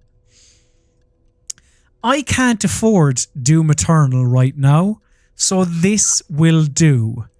And I don't think that's from Treekin3 because that was what the last one was for. The user doesn't matter. Anyway, it's recommended 8.1 hours on record, 2.5 hours at review time. I can't afford Doom Eternal right now, so this will do. And this is for the second week running. I've picked a Steam review that has Doom Eternal in well, last time it was fucking Devil May Cry. So, yeah, I can't afford Doom Eternal right now, so this... What was it? So this will do. What are you thinking, Matthew? What are your thoughts? 8.1 hours on record, 2.5 at review time. Again, this game came out on Steam between the 1st of January 2019 to now. So, you can't afford Doom, so it's going to be it's cheaper than Doom Eternal. Correct. It's an indie. So it's probably, like I'd say, because Doom's pretty generic retail price. So like, so maybe I'm thinking indie. Maybe you are. Remember, you have 3 clues. The new rule we've invented. I'm gonna play one of my 3 clues. Can I ask? Oh, you can ask the audience. How do the clues work? Do you give me a clue, or do I get to ask you a question? You have to give me an honest answer. Oh, interesting. How does it work? I mean, I was just going to give you a clue, but if you want it to be a question, next week we can come up with 3 different clues. But what would you like, Matthew? You can either ask me a question or I can give you a clue. I'm going to ask you a question. Is this Doom Eternal? Go on, what is your question? Is it a first-person shooter? Yes. Ooh. Interesting. So that cuts out it being one of your bullshit picks. Because that's what you do. You pick it where someone's like, "Oh, it's just like Monkey Island," and then it's like a city builder or something. Like that's what you do. We've only been doing this 2 weeks, but I already know what you do.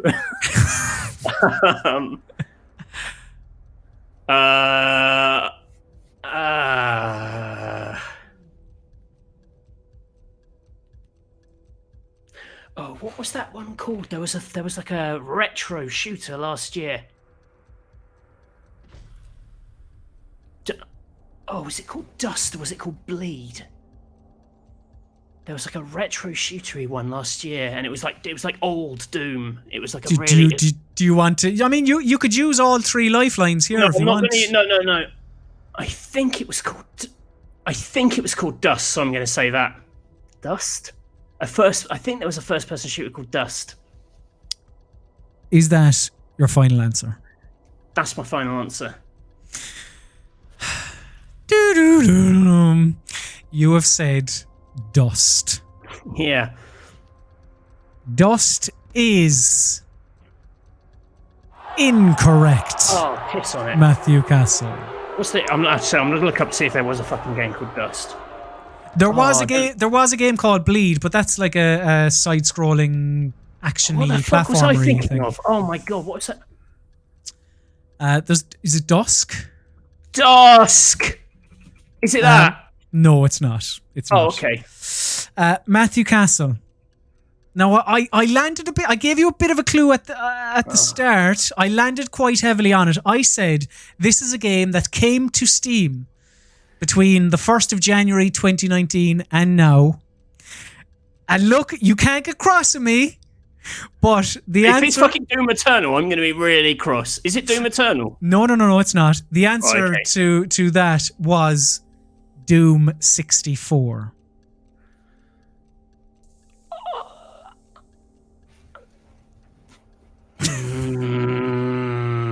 Oh, do you not think that's in the spirit of the game? Okay. All right. We've had Sea of Thieves on here as well, although that was mine as well, wasn't it? So, Matthew Castle, can you read out... Doom 64. Unbelievable. Can you read out your second Mystery Steam review for me, please? Did someone in the comments get Doom 64? Did they? Well done if they did. Spike Blighty, Doom 64. Oh, they're all like, Dusk. You don't mean Dust, you mean Dusk. And it was wrong anyway. Fuck. Right. Oh, God. Right. Second one, sorry. It makes you feel like RoboCop. I would buy that for $1, says Seagix. They played this game for 76 hours, but they reviewed it at 48.5 hours. Now, the first game that comes to mind is Mortal Kombat 10. But because in that, Jesus, what's the name of it?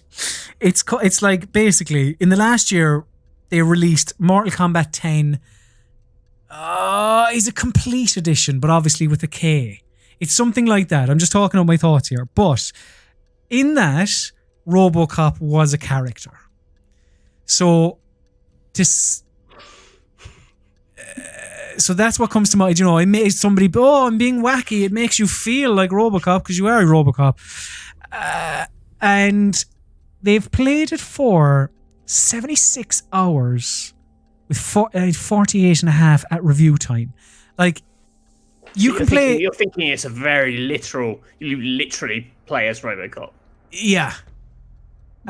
Because it's an interesting idea. You can play a Mortal Kombat game forever, you know. And that's that's the only game that comes to mind.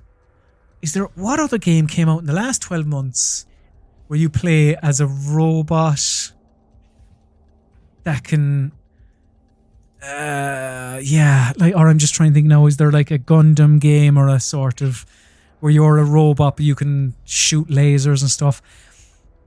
The only game that's coming to mind is that Mortal Kombat, the new version of Mortal Kombat. I think it's called, this is a shit version of you Who Wants to Be a Millionaire. I'm not getting multiple choice, but I think you can ask a clue question. Is this my second or third one? This is my second, isn't it? No, I'm going to trust my instinct. Okay, interesting. And I am I am going to say that this it's called Mortal Kombat. Oh shit, it's not 10, is it? It's 11. Oh, balls. Is it Mortal Kombat 10 or 11? Oh no. Oh no. No. Is it? Oh, balls, Matthew. Where do we stand on Roman numerals?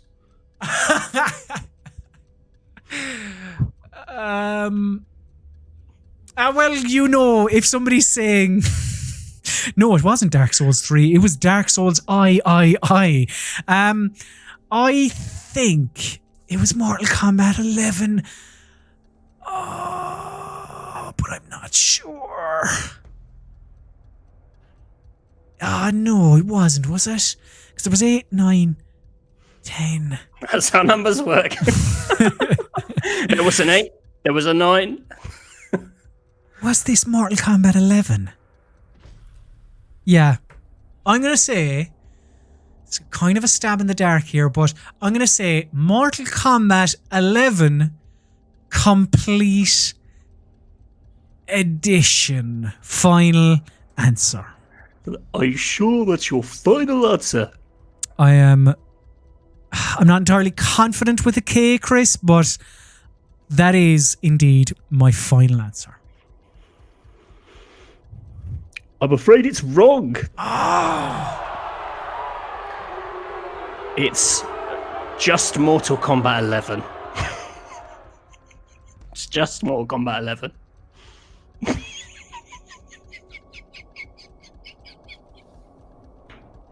You son of a bitch.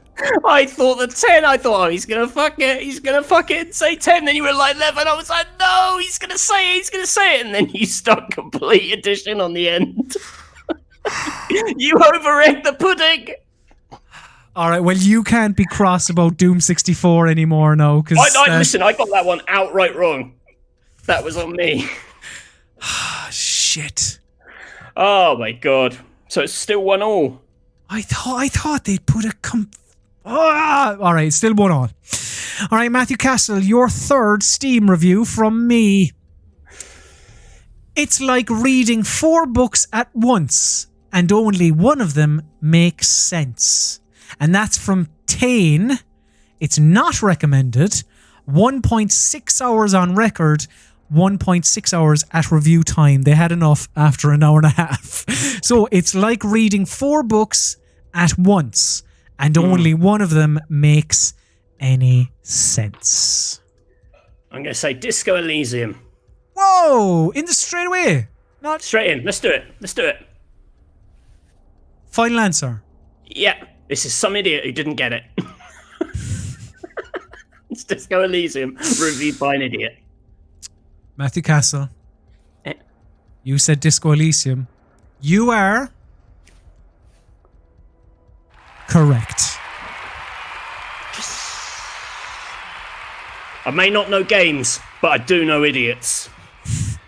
Well done. Yeah. God, that was very impressive, Matthew. Oh, God. Finally. Very impressive. I'm very cross. I can see in the chat. Yeah, it was Mortal Kombat 11 as Aftermath is what I was thinking. So I was wrong anyway, I think. So why didn't I just say? The review was under Mortal Kombat 11, so they must have bought the DLC and then reviewed the whole game. I'm really I'm telling cross. you, I'll show you my internet history. No. It's okay. All right, Matthew, can you read your third Mystery Steam review for me? I can. Please. I'm getting excited. I may actually do it. My whole childhood in HD. That's from Crow, or Crow probably. 20.1 hours, 9.3 hours at review time. My whole childhood in HD. And this came out, again, this isn't a clue, this is between the 1st of January 2019 and now. That's right. My whole childhood. So, and what was it, 20 hours was it? Yeah. 20 hours on record. So clearly, 20 hours on record. My whole childhood. So this is going to be either a collection or a trilogy or something like that. And if it's childhood, then you would imagine it's games that skew a little younger. I think I've worked it out in my head, but that didn't come out. Did that come out between the 1st of January 2019 and now? So I'm thinking I still have 3 clues. Oh. I'm going to have to use a clue. Okay. I think I'm going to have to ask you a question, Matthew. I have them. They're there to use. So, because I have 2 in my head. Mm-hmm. I have Spyro and I have Crash. Ah, interesting. And I could see that if someone was trying to be devious, they might pick a game that could sound like either of those. The Spyro one was called Spyro Reignited Trilogy, I believe. Not Spyro the Dragon Trilogy, or not Spyro, but Spyro Reignited Trilogy. And Crash Bandicoot was Crash Bandicoot Insane Trilogy. I think that the syntax on both of these down. That it well, I if I don't, I won't get that point. So I am going to ask you a question, Matthew Castle, and I am going to say my question is simply this: is the answer to this? Finish your question. Crash Bandicoot Insane Trilogy.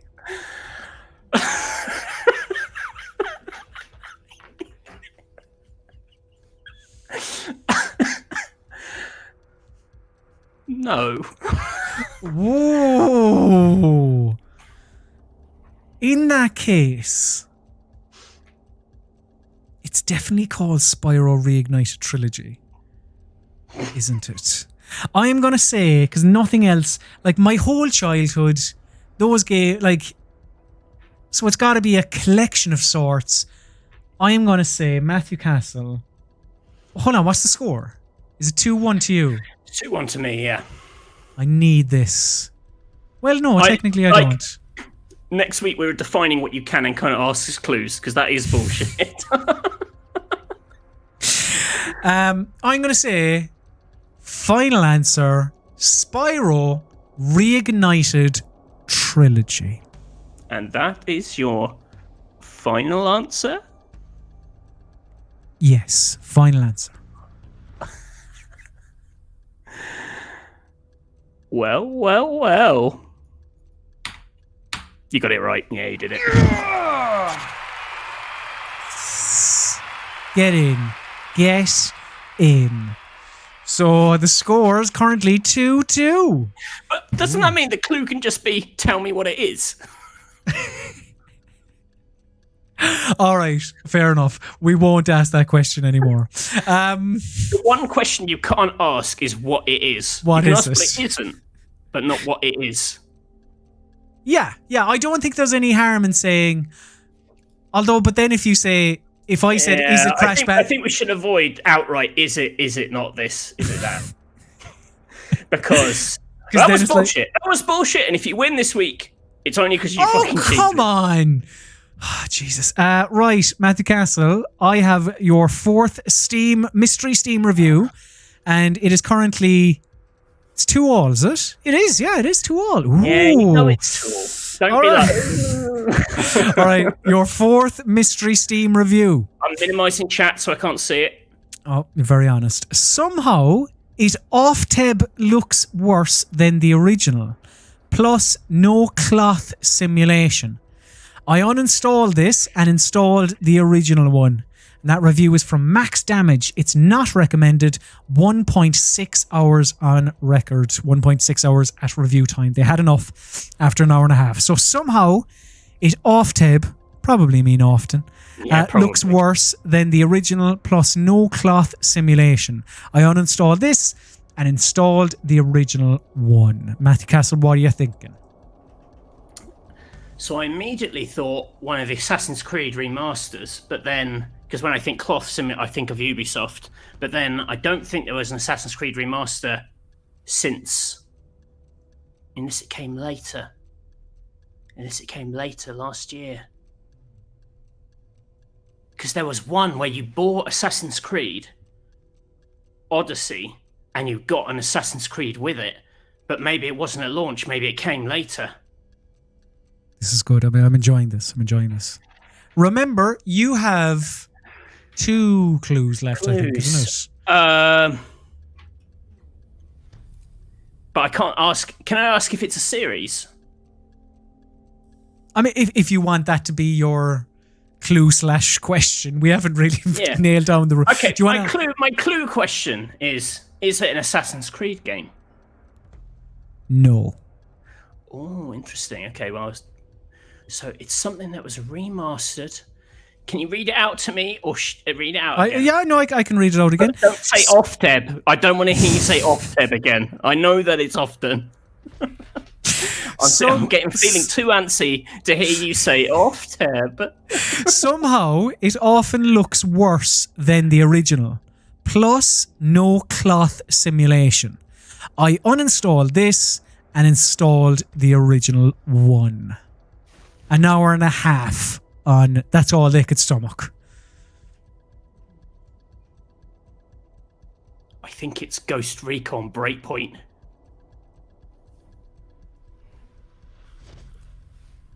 Are you what is your... I think by original they're talking about Wildlands. I think it's Ghost Recon Breakpoint. Tom Clancy's Ghost Recon Breakpoint.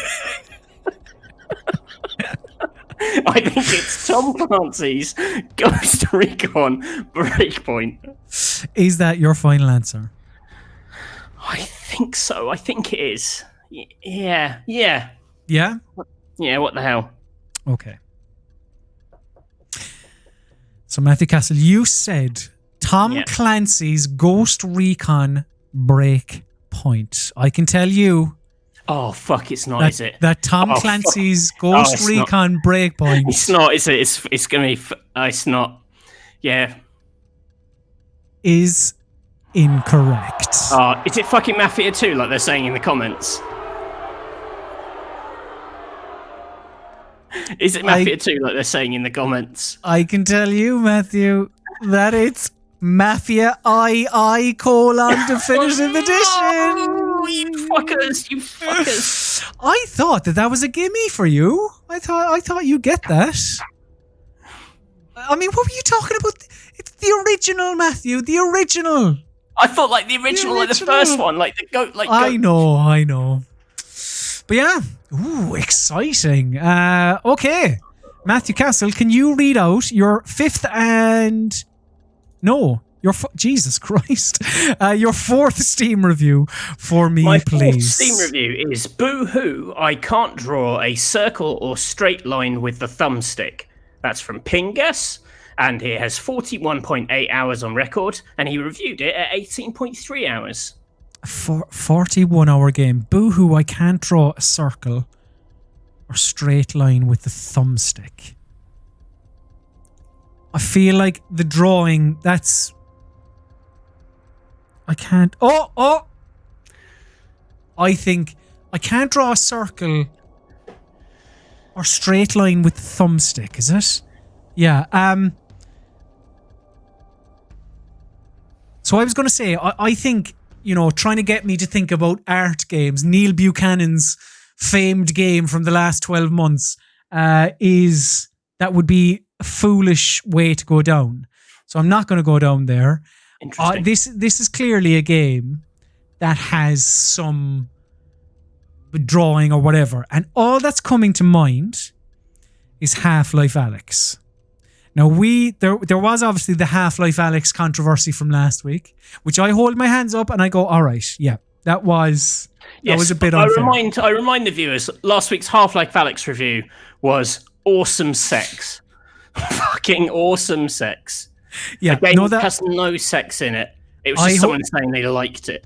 I hold my hands up. That was unfair. I don't think there's been any miscarriages of justice this evening. But what's the score? 2-2. 2-2, yeah. This is just for me to take the lead. Yeah. Yeah, draw with the thumbsticks.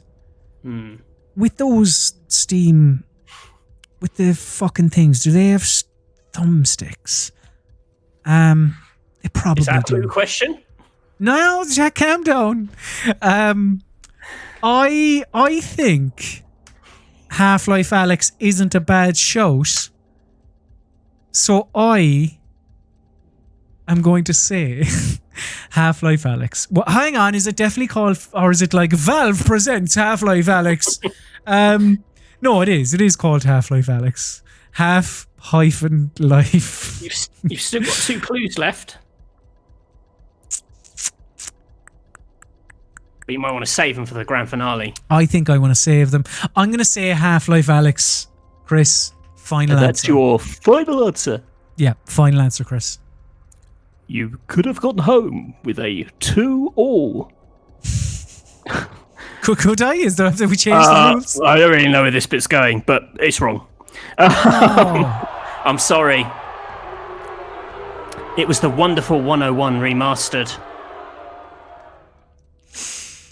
See, it was someone making fun of the other reviews who couldn't play it. I can't draw a circle or straight line with a thumbstick. It's how you control the Wonderful 101. You complain about some of mine, and but you can't kick off when you're presenting me with, like, look, I'm not kicking off about the Wonderful 101 either. It's all up for grabs, and it's all fine. Do you think that one's unfair? No, I got that wrong. Let's all fucking move on with our lives. Have you played the Wonderful 101? Like a tiny amount, not loads. Well, I apologise. Maybe it's more niche. I genuinely didn't do that. No. It's you over. No, it's all this week's Mystery Steam reviews, it's all above board and all fine. So, fair enough. Fair enough. Matthew Castle, your 5th Mystery Steam review. You get this. There's a chance you can win it. I've got 2 clues left. Oh, I don't know why I turned into a ghost. But, Matthew Castle, the review reads as follows. This game was so damn good on PS4. And that's from Mr. Lasagna. It's recommended 18.8 hours on record, 12.5 hours at review time. This game was so damn good on PS4, says Mr. Lasagna. This is a hard one. Because, that literally could be... That could be Death Stranding. That could be his Horizon Zero Dawn. So damn good. Oh, well, you say it's so hard, but there you're already rattling off, PS4 games.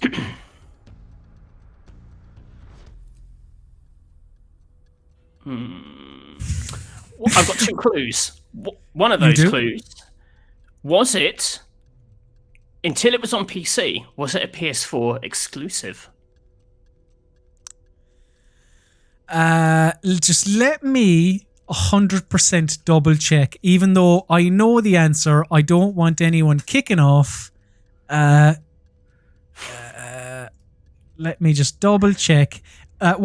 Just to clarify, he does have one thing left, Harry Koo, in the comments, so it's worth keeping hold of his clues. I've 2. Yeah. Oh yeah. Oh sorry. Yeah. No, but it's worth holding on to the lifelines for that. Yeah. Yeah.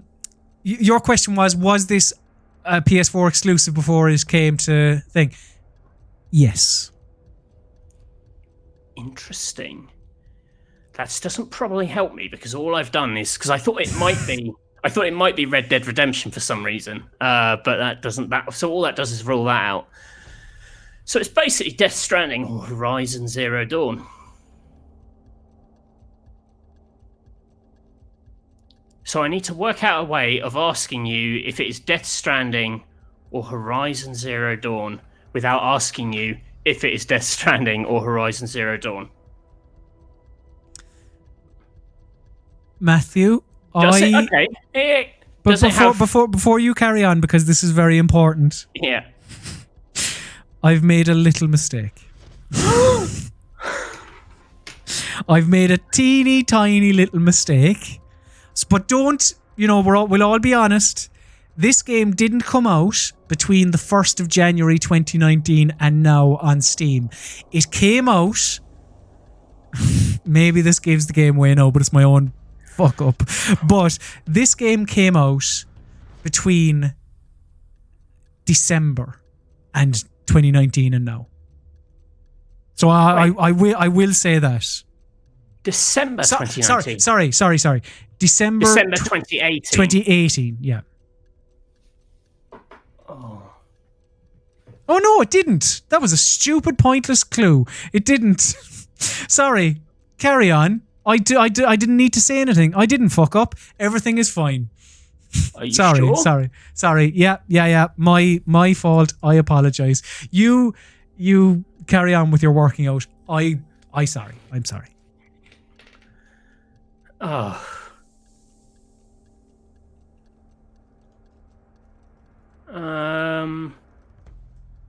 Did it? I'm gonna still try and break it down from. No, you wouldn't have thought that Death Stranding or Horizon Zero Dawn came out in December. Shit. You fucked it. So it's a PlayStation exclusive on PC that was out a long ago enough that you didn't remember when it was.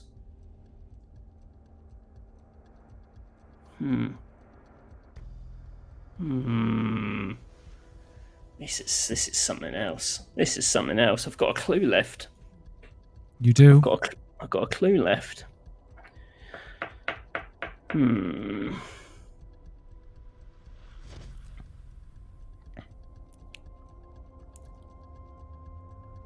I ask you who made it? Is that against the rules? That seems okay. I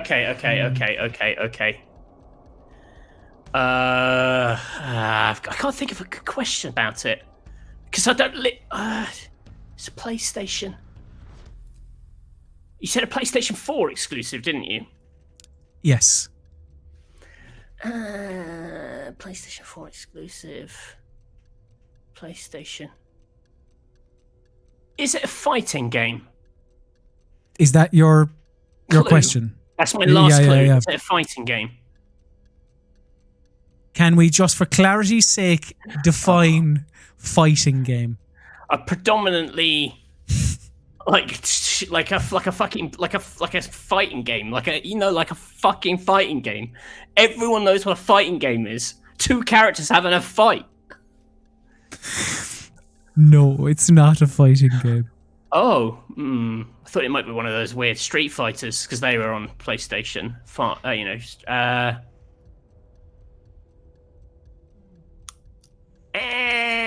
So just wait. once more. Hang on. This game was so damn good on PS4. So damn good. Well, what's the clue in so damn good? Like, so damn good. Wait, so damn good. Wait, it's a Yakuza game. It's going to be one of your fucking bullshit Yakuza games that you're into.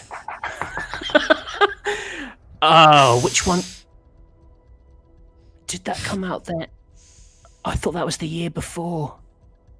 I was going to say Yakuza 0. Wait.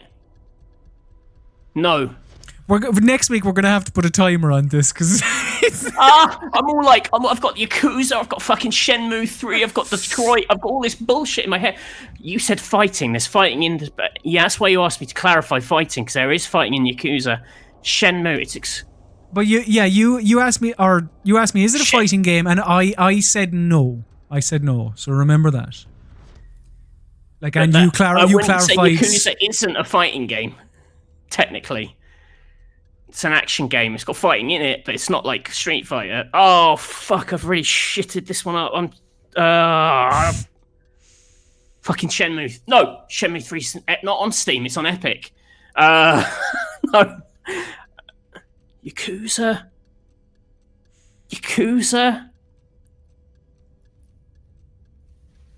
It can't be 0. That was the year before. Yakuza Kiwami 2.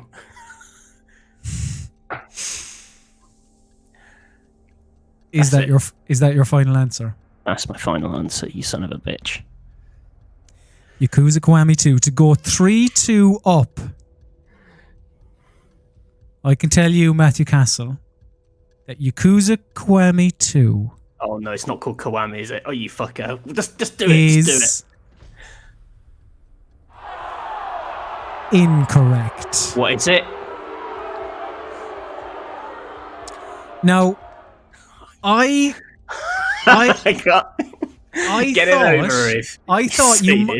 thought you might ask me the question, when did it come out on PS4 or something like that, which would have, because I sort of gave, I got a bit confused when I was like trying to tell you when this came out on PC after I thought I fucked up. But the answer, anyway, long story short, the answer, Matthew Castle, and you said it, you even said it. Oh, it's fucking Detroit, isn't it? It's Detroit Become Human. Oh, you fucker. I can't believe I talked myself out of that. What a fool. I deserve everything I get in life. Right, so it's currently 2-2. This is for me to win it. Oh, I'm very excited. Matthew Castle, can you read out... It's 2-2, isn't it? Yeah, but if I get this, I win. Oh, right.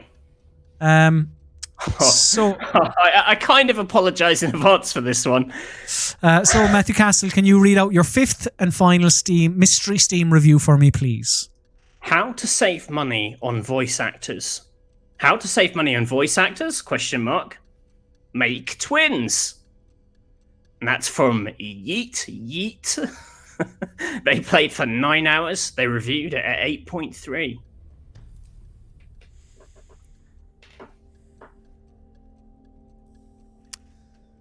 Huh. Make twins.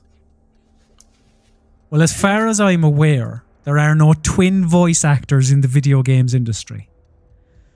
So make twins, like a cloning video game. How to save money on voice actors, make twins. Or somebody... You've got 2 clues, remember? Oh, I do. How One to per make... twin. Is the first twin Danny DeVito? Is that it? No. No. It's a serious business. How to make money on How to voice, save money. or how to save actors. money. So my interpretation of this is you want to save actors on. If you want to save money on voice actors, have twins in your game because then they can be the same voice actor, right?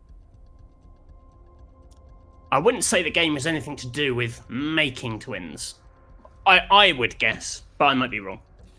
Twins. So like, so then I'd imagine it's a voice actor who voices 2 characters then, a la Ewan McGregor in Fargo or whatever, or what's his name? Game is Fargo season 3 your final answer? Is that your final answer? Your final answer for this mystery sleep review? No, my final answer. Starring Ewan McGregor as twins. My final answer is the Tom Hardy film. What was that? Legend, where they very clever with the 2-star Guardian review. All right, I have 2 clues, so I might as well at least use them. How to save money on voice actors, make twins. Oh, I don't even know where to start with the clue is the problem.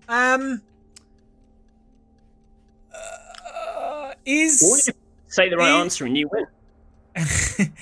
Is there...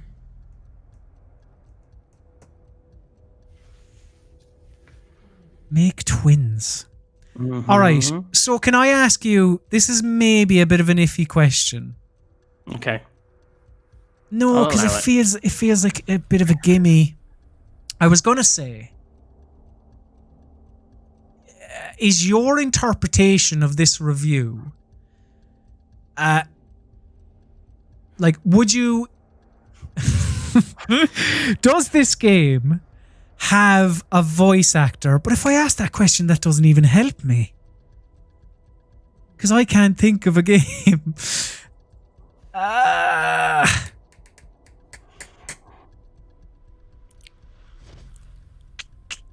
Oh, hold on, give me a second. I don't want to put too much pressure on you, but I did tell my wife we would be done by 8:15, and I can smell food cooking. We might have to put time restraints on. We have to interview Steven Spielberg. That is true. No, that is true. Does this review pertain to 2 characters that are voiced by 1 actor who are presumably...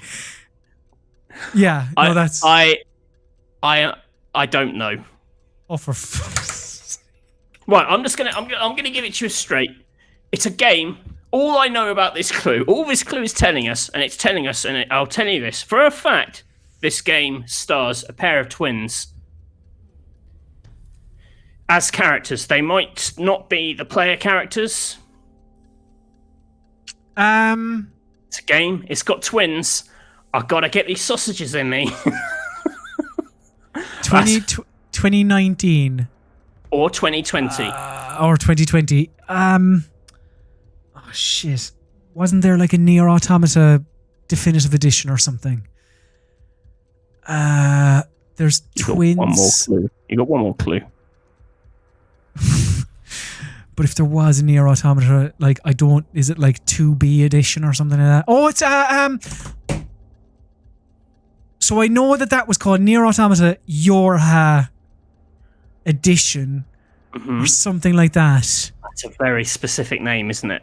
It is, yeah. And I know if it's not Yorha, it's fucking... Or they don't use edition, they use something else. Is it Game of the Year or something? You're gonna... Is this a re-release / remaster / remake? Is this not? It's a good question. It is not. Oh. I hate to tell you that. Okay. But it's not. Twins in this game. Shit, and I've used up all my things. It's gotta take a. There are twins in this game. They're not necessarily like the protagonists. Like, they could be villains. Villainous twins. Villainous twins. No. Okay. Maybe not. Or nice people. Or heroic twins. Think heroic twins. Don't think villainous twins. Heroic twins. Because I was going to say Far Cry New Dawn. You don't have to listen to what I say instantly. Well, I don't want you to get it right. That is true. I was going to say Far Cry New Dawn, but that isn't the last 12 months. Or was it? No, it wasn't. That was 2018, I'm pretty sure. If it's Far Cry New Dawn, I'll be very cross now. But that wasn't it? 2019. Or was it? I know you said heroic twins, but maybe you're trying to put me off. I can't think of anything else, Matthew. They're the only twins I can think of. They're sisters. I'm not sure if they're twins. Yeah, no, they are. I am going to say, final answer, Far Cry New Dawn. Far Cry New Dawn. And that's your final answer. That is my final answer, Chris. You've only gone and won it. Yes! Get in! 2-1 to the motherfucker. Get in! Oh, I am overjoyed with this. Congratulations, Colm. Thank you very much, Matthew. You seem delighted. Your sportsmanship is on display. I'm fucking thrilled for you, man. It couldn't have happened to a nicer guy. Well, Matthew Castle, I'm going to ask you, while I set this up, to introduce the next segment. And can you also just let your wife know that you will be late for dinner, because we kind of have to give this man his due. This could be a long, long interview. But while I set this up, do please introduce, who are we talking to? So we are interviewing a legendary film director. I know that a lot of you have been here since 6 o'clock waiting for this man, but honestly, there are a few people I would ask you to queue for 2 hours for, but this guy is one of them. It is the legendary film director, Steven Spielberg, who, despite not having answered our calls for 2 weeks, has agreed to talk to us. Colm, are you ready to dial in to Mr. Spielberg? I am ready, Matthew. Plenty of questions. To do this on Skype, as always, but hopefully it'll work out. Again, I've been in touch with his people over the last week. It's all lined up. I even told him that it might be a little bit later than 8 o'clock, but look, let's not keep. I know I mentioned the waiting. sausages, but like, Catherine will understand this. Of course, yeah. Okay, let's give him a ring here. It's very exciting. Okay, here we go. Right. Okay, Steven Spielberg. Get him on the line. And yeah, as we said, I'll just get this in quickly before he answers. If you have questions for Mr. Spielberg, please put them in the chat, and we'll try and get to him. I mean, he owes us a good old chat after the last 2 weeks. He does, to be fair, but we'll see. Hope he likes my suit. I'm sure. How could he not? How could he not?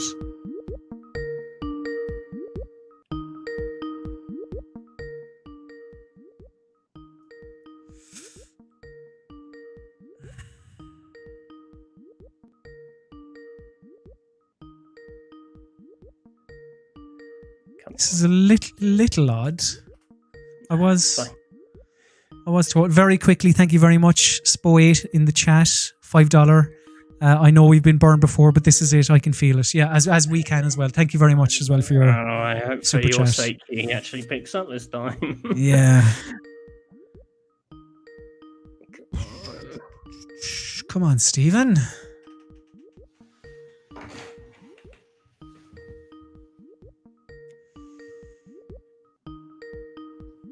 Oh, Jesus Christ. Right. Yeah, it's fine. He'll get there. Yeah. No, He might be in his like trailer or something. And they're like. They could be rushing to get. Yeah, they're like, Mr. Spielberg. You say it's the PC Gaming Weekspot. You said you do the Weekspot and talk about boom blocks and everything, and yeah.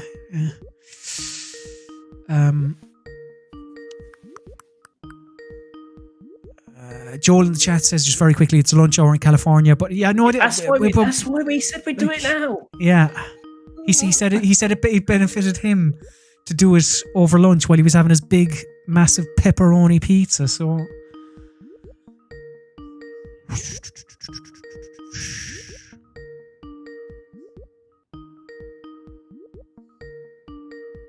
Matthew. Oh, again. This suit is so hot. I can't just keep wearing it. It's fucking happened again. I'm really sorry about this, guys. I know you tuned in to Mr. Spielberg.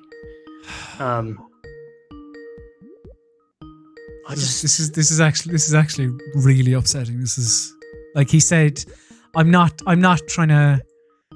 If he answers, I'll be professional, of course, Jesus. But like he said he'd do it, Matthew. Like this fool is. Me once, shame on you. Fool me twice, shame on me. Fool me thrice. The shame, it goes back to you again. It's like tennis. The shame is on you. Yeah, exactly. It's like shame tennis. The shame ball is in his court. Yeah. Now, if we do this again next week, he better not be talking to VG 24/7. Fully slandering Dad. This is like he's got no reason to talk. We're gonna have to call this. We're gonna have to. I've got to go and have the sausages. This is. Yeah. Sorry about that, everyone. I'm genuine. I'm kind of look. I know this is unprofessional of me, Matthew, but I'm a bit cross. I'm a bit cross with Stephen and his people for saying that he would definitely come on the show. This is the third time he's done it to us. I thought he was a man who.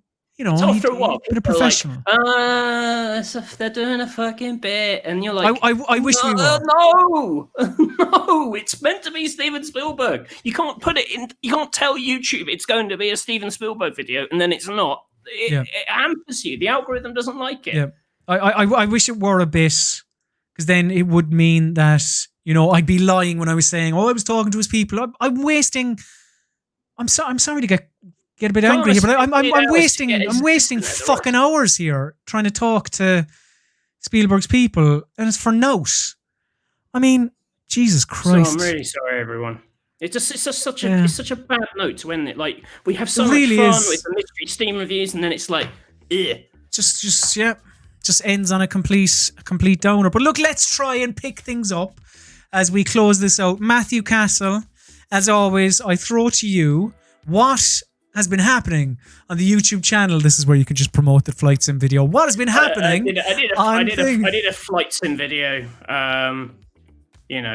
Ironically, Spielberg might actually like it because I did some nice shots in it and stuff like that. But he doesn't seem to care. So I guess we'll do some more videos and then come back next week and look like fools again. Yeah. Look, we'll see. We again. I'll talk to Spielberg's people. We'll see if we can work out. But we're gonna have to look for some assurance on this because it is getting quite annoying. But that is an episode of the PC Gaming Weekspot. So thank you very much, dear viewer, for viewing. Of course, if you would like to do so, you can follow us, the Week Spotters, I suppose, on social media. I am at Colm_Ahern. Matthew is at Mr. Basil _Pesto. And of course, please do like this video.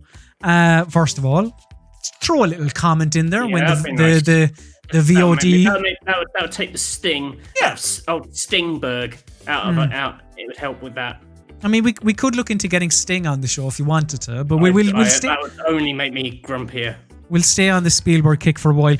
But like this video, comment when it's all processed and all that stuff.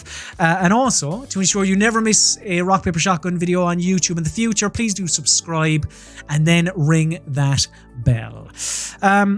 So yeah, come back next Monday. And we'll answer your burning questions. We missed them this week because of the sausage incident. Yes, we'll get to your questions next week. So yeah, get them in and all that stuff. So yeah, thank you very much for watching. It's been an absolute pleasure. I have been Colm Ahern. He has been Matthew Castle. Goodbye. And you, my dear, you have been beautiful. Mwah. Goodbye. See you next Monday.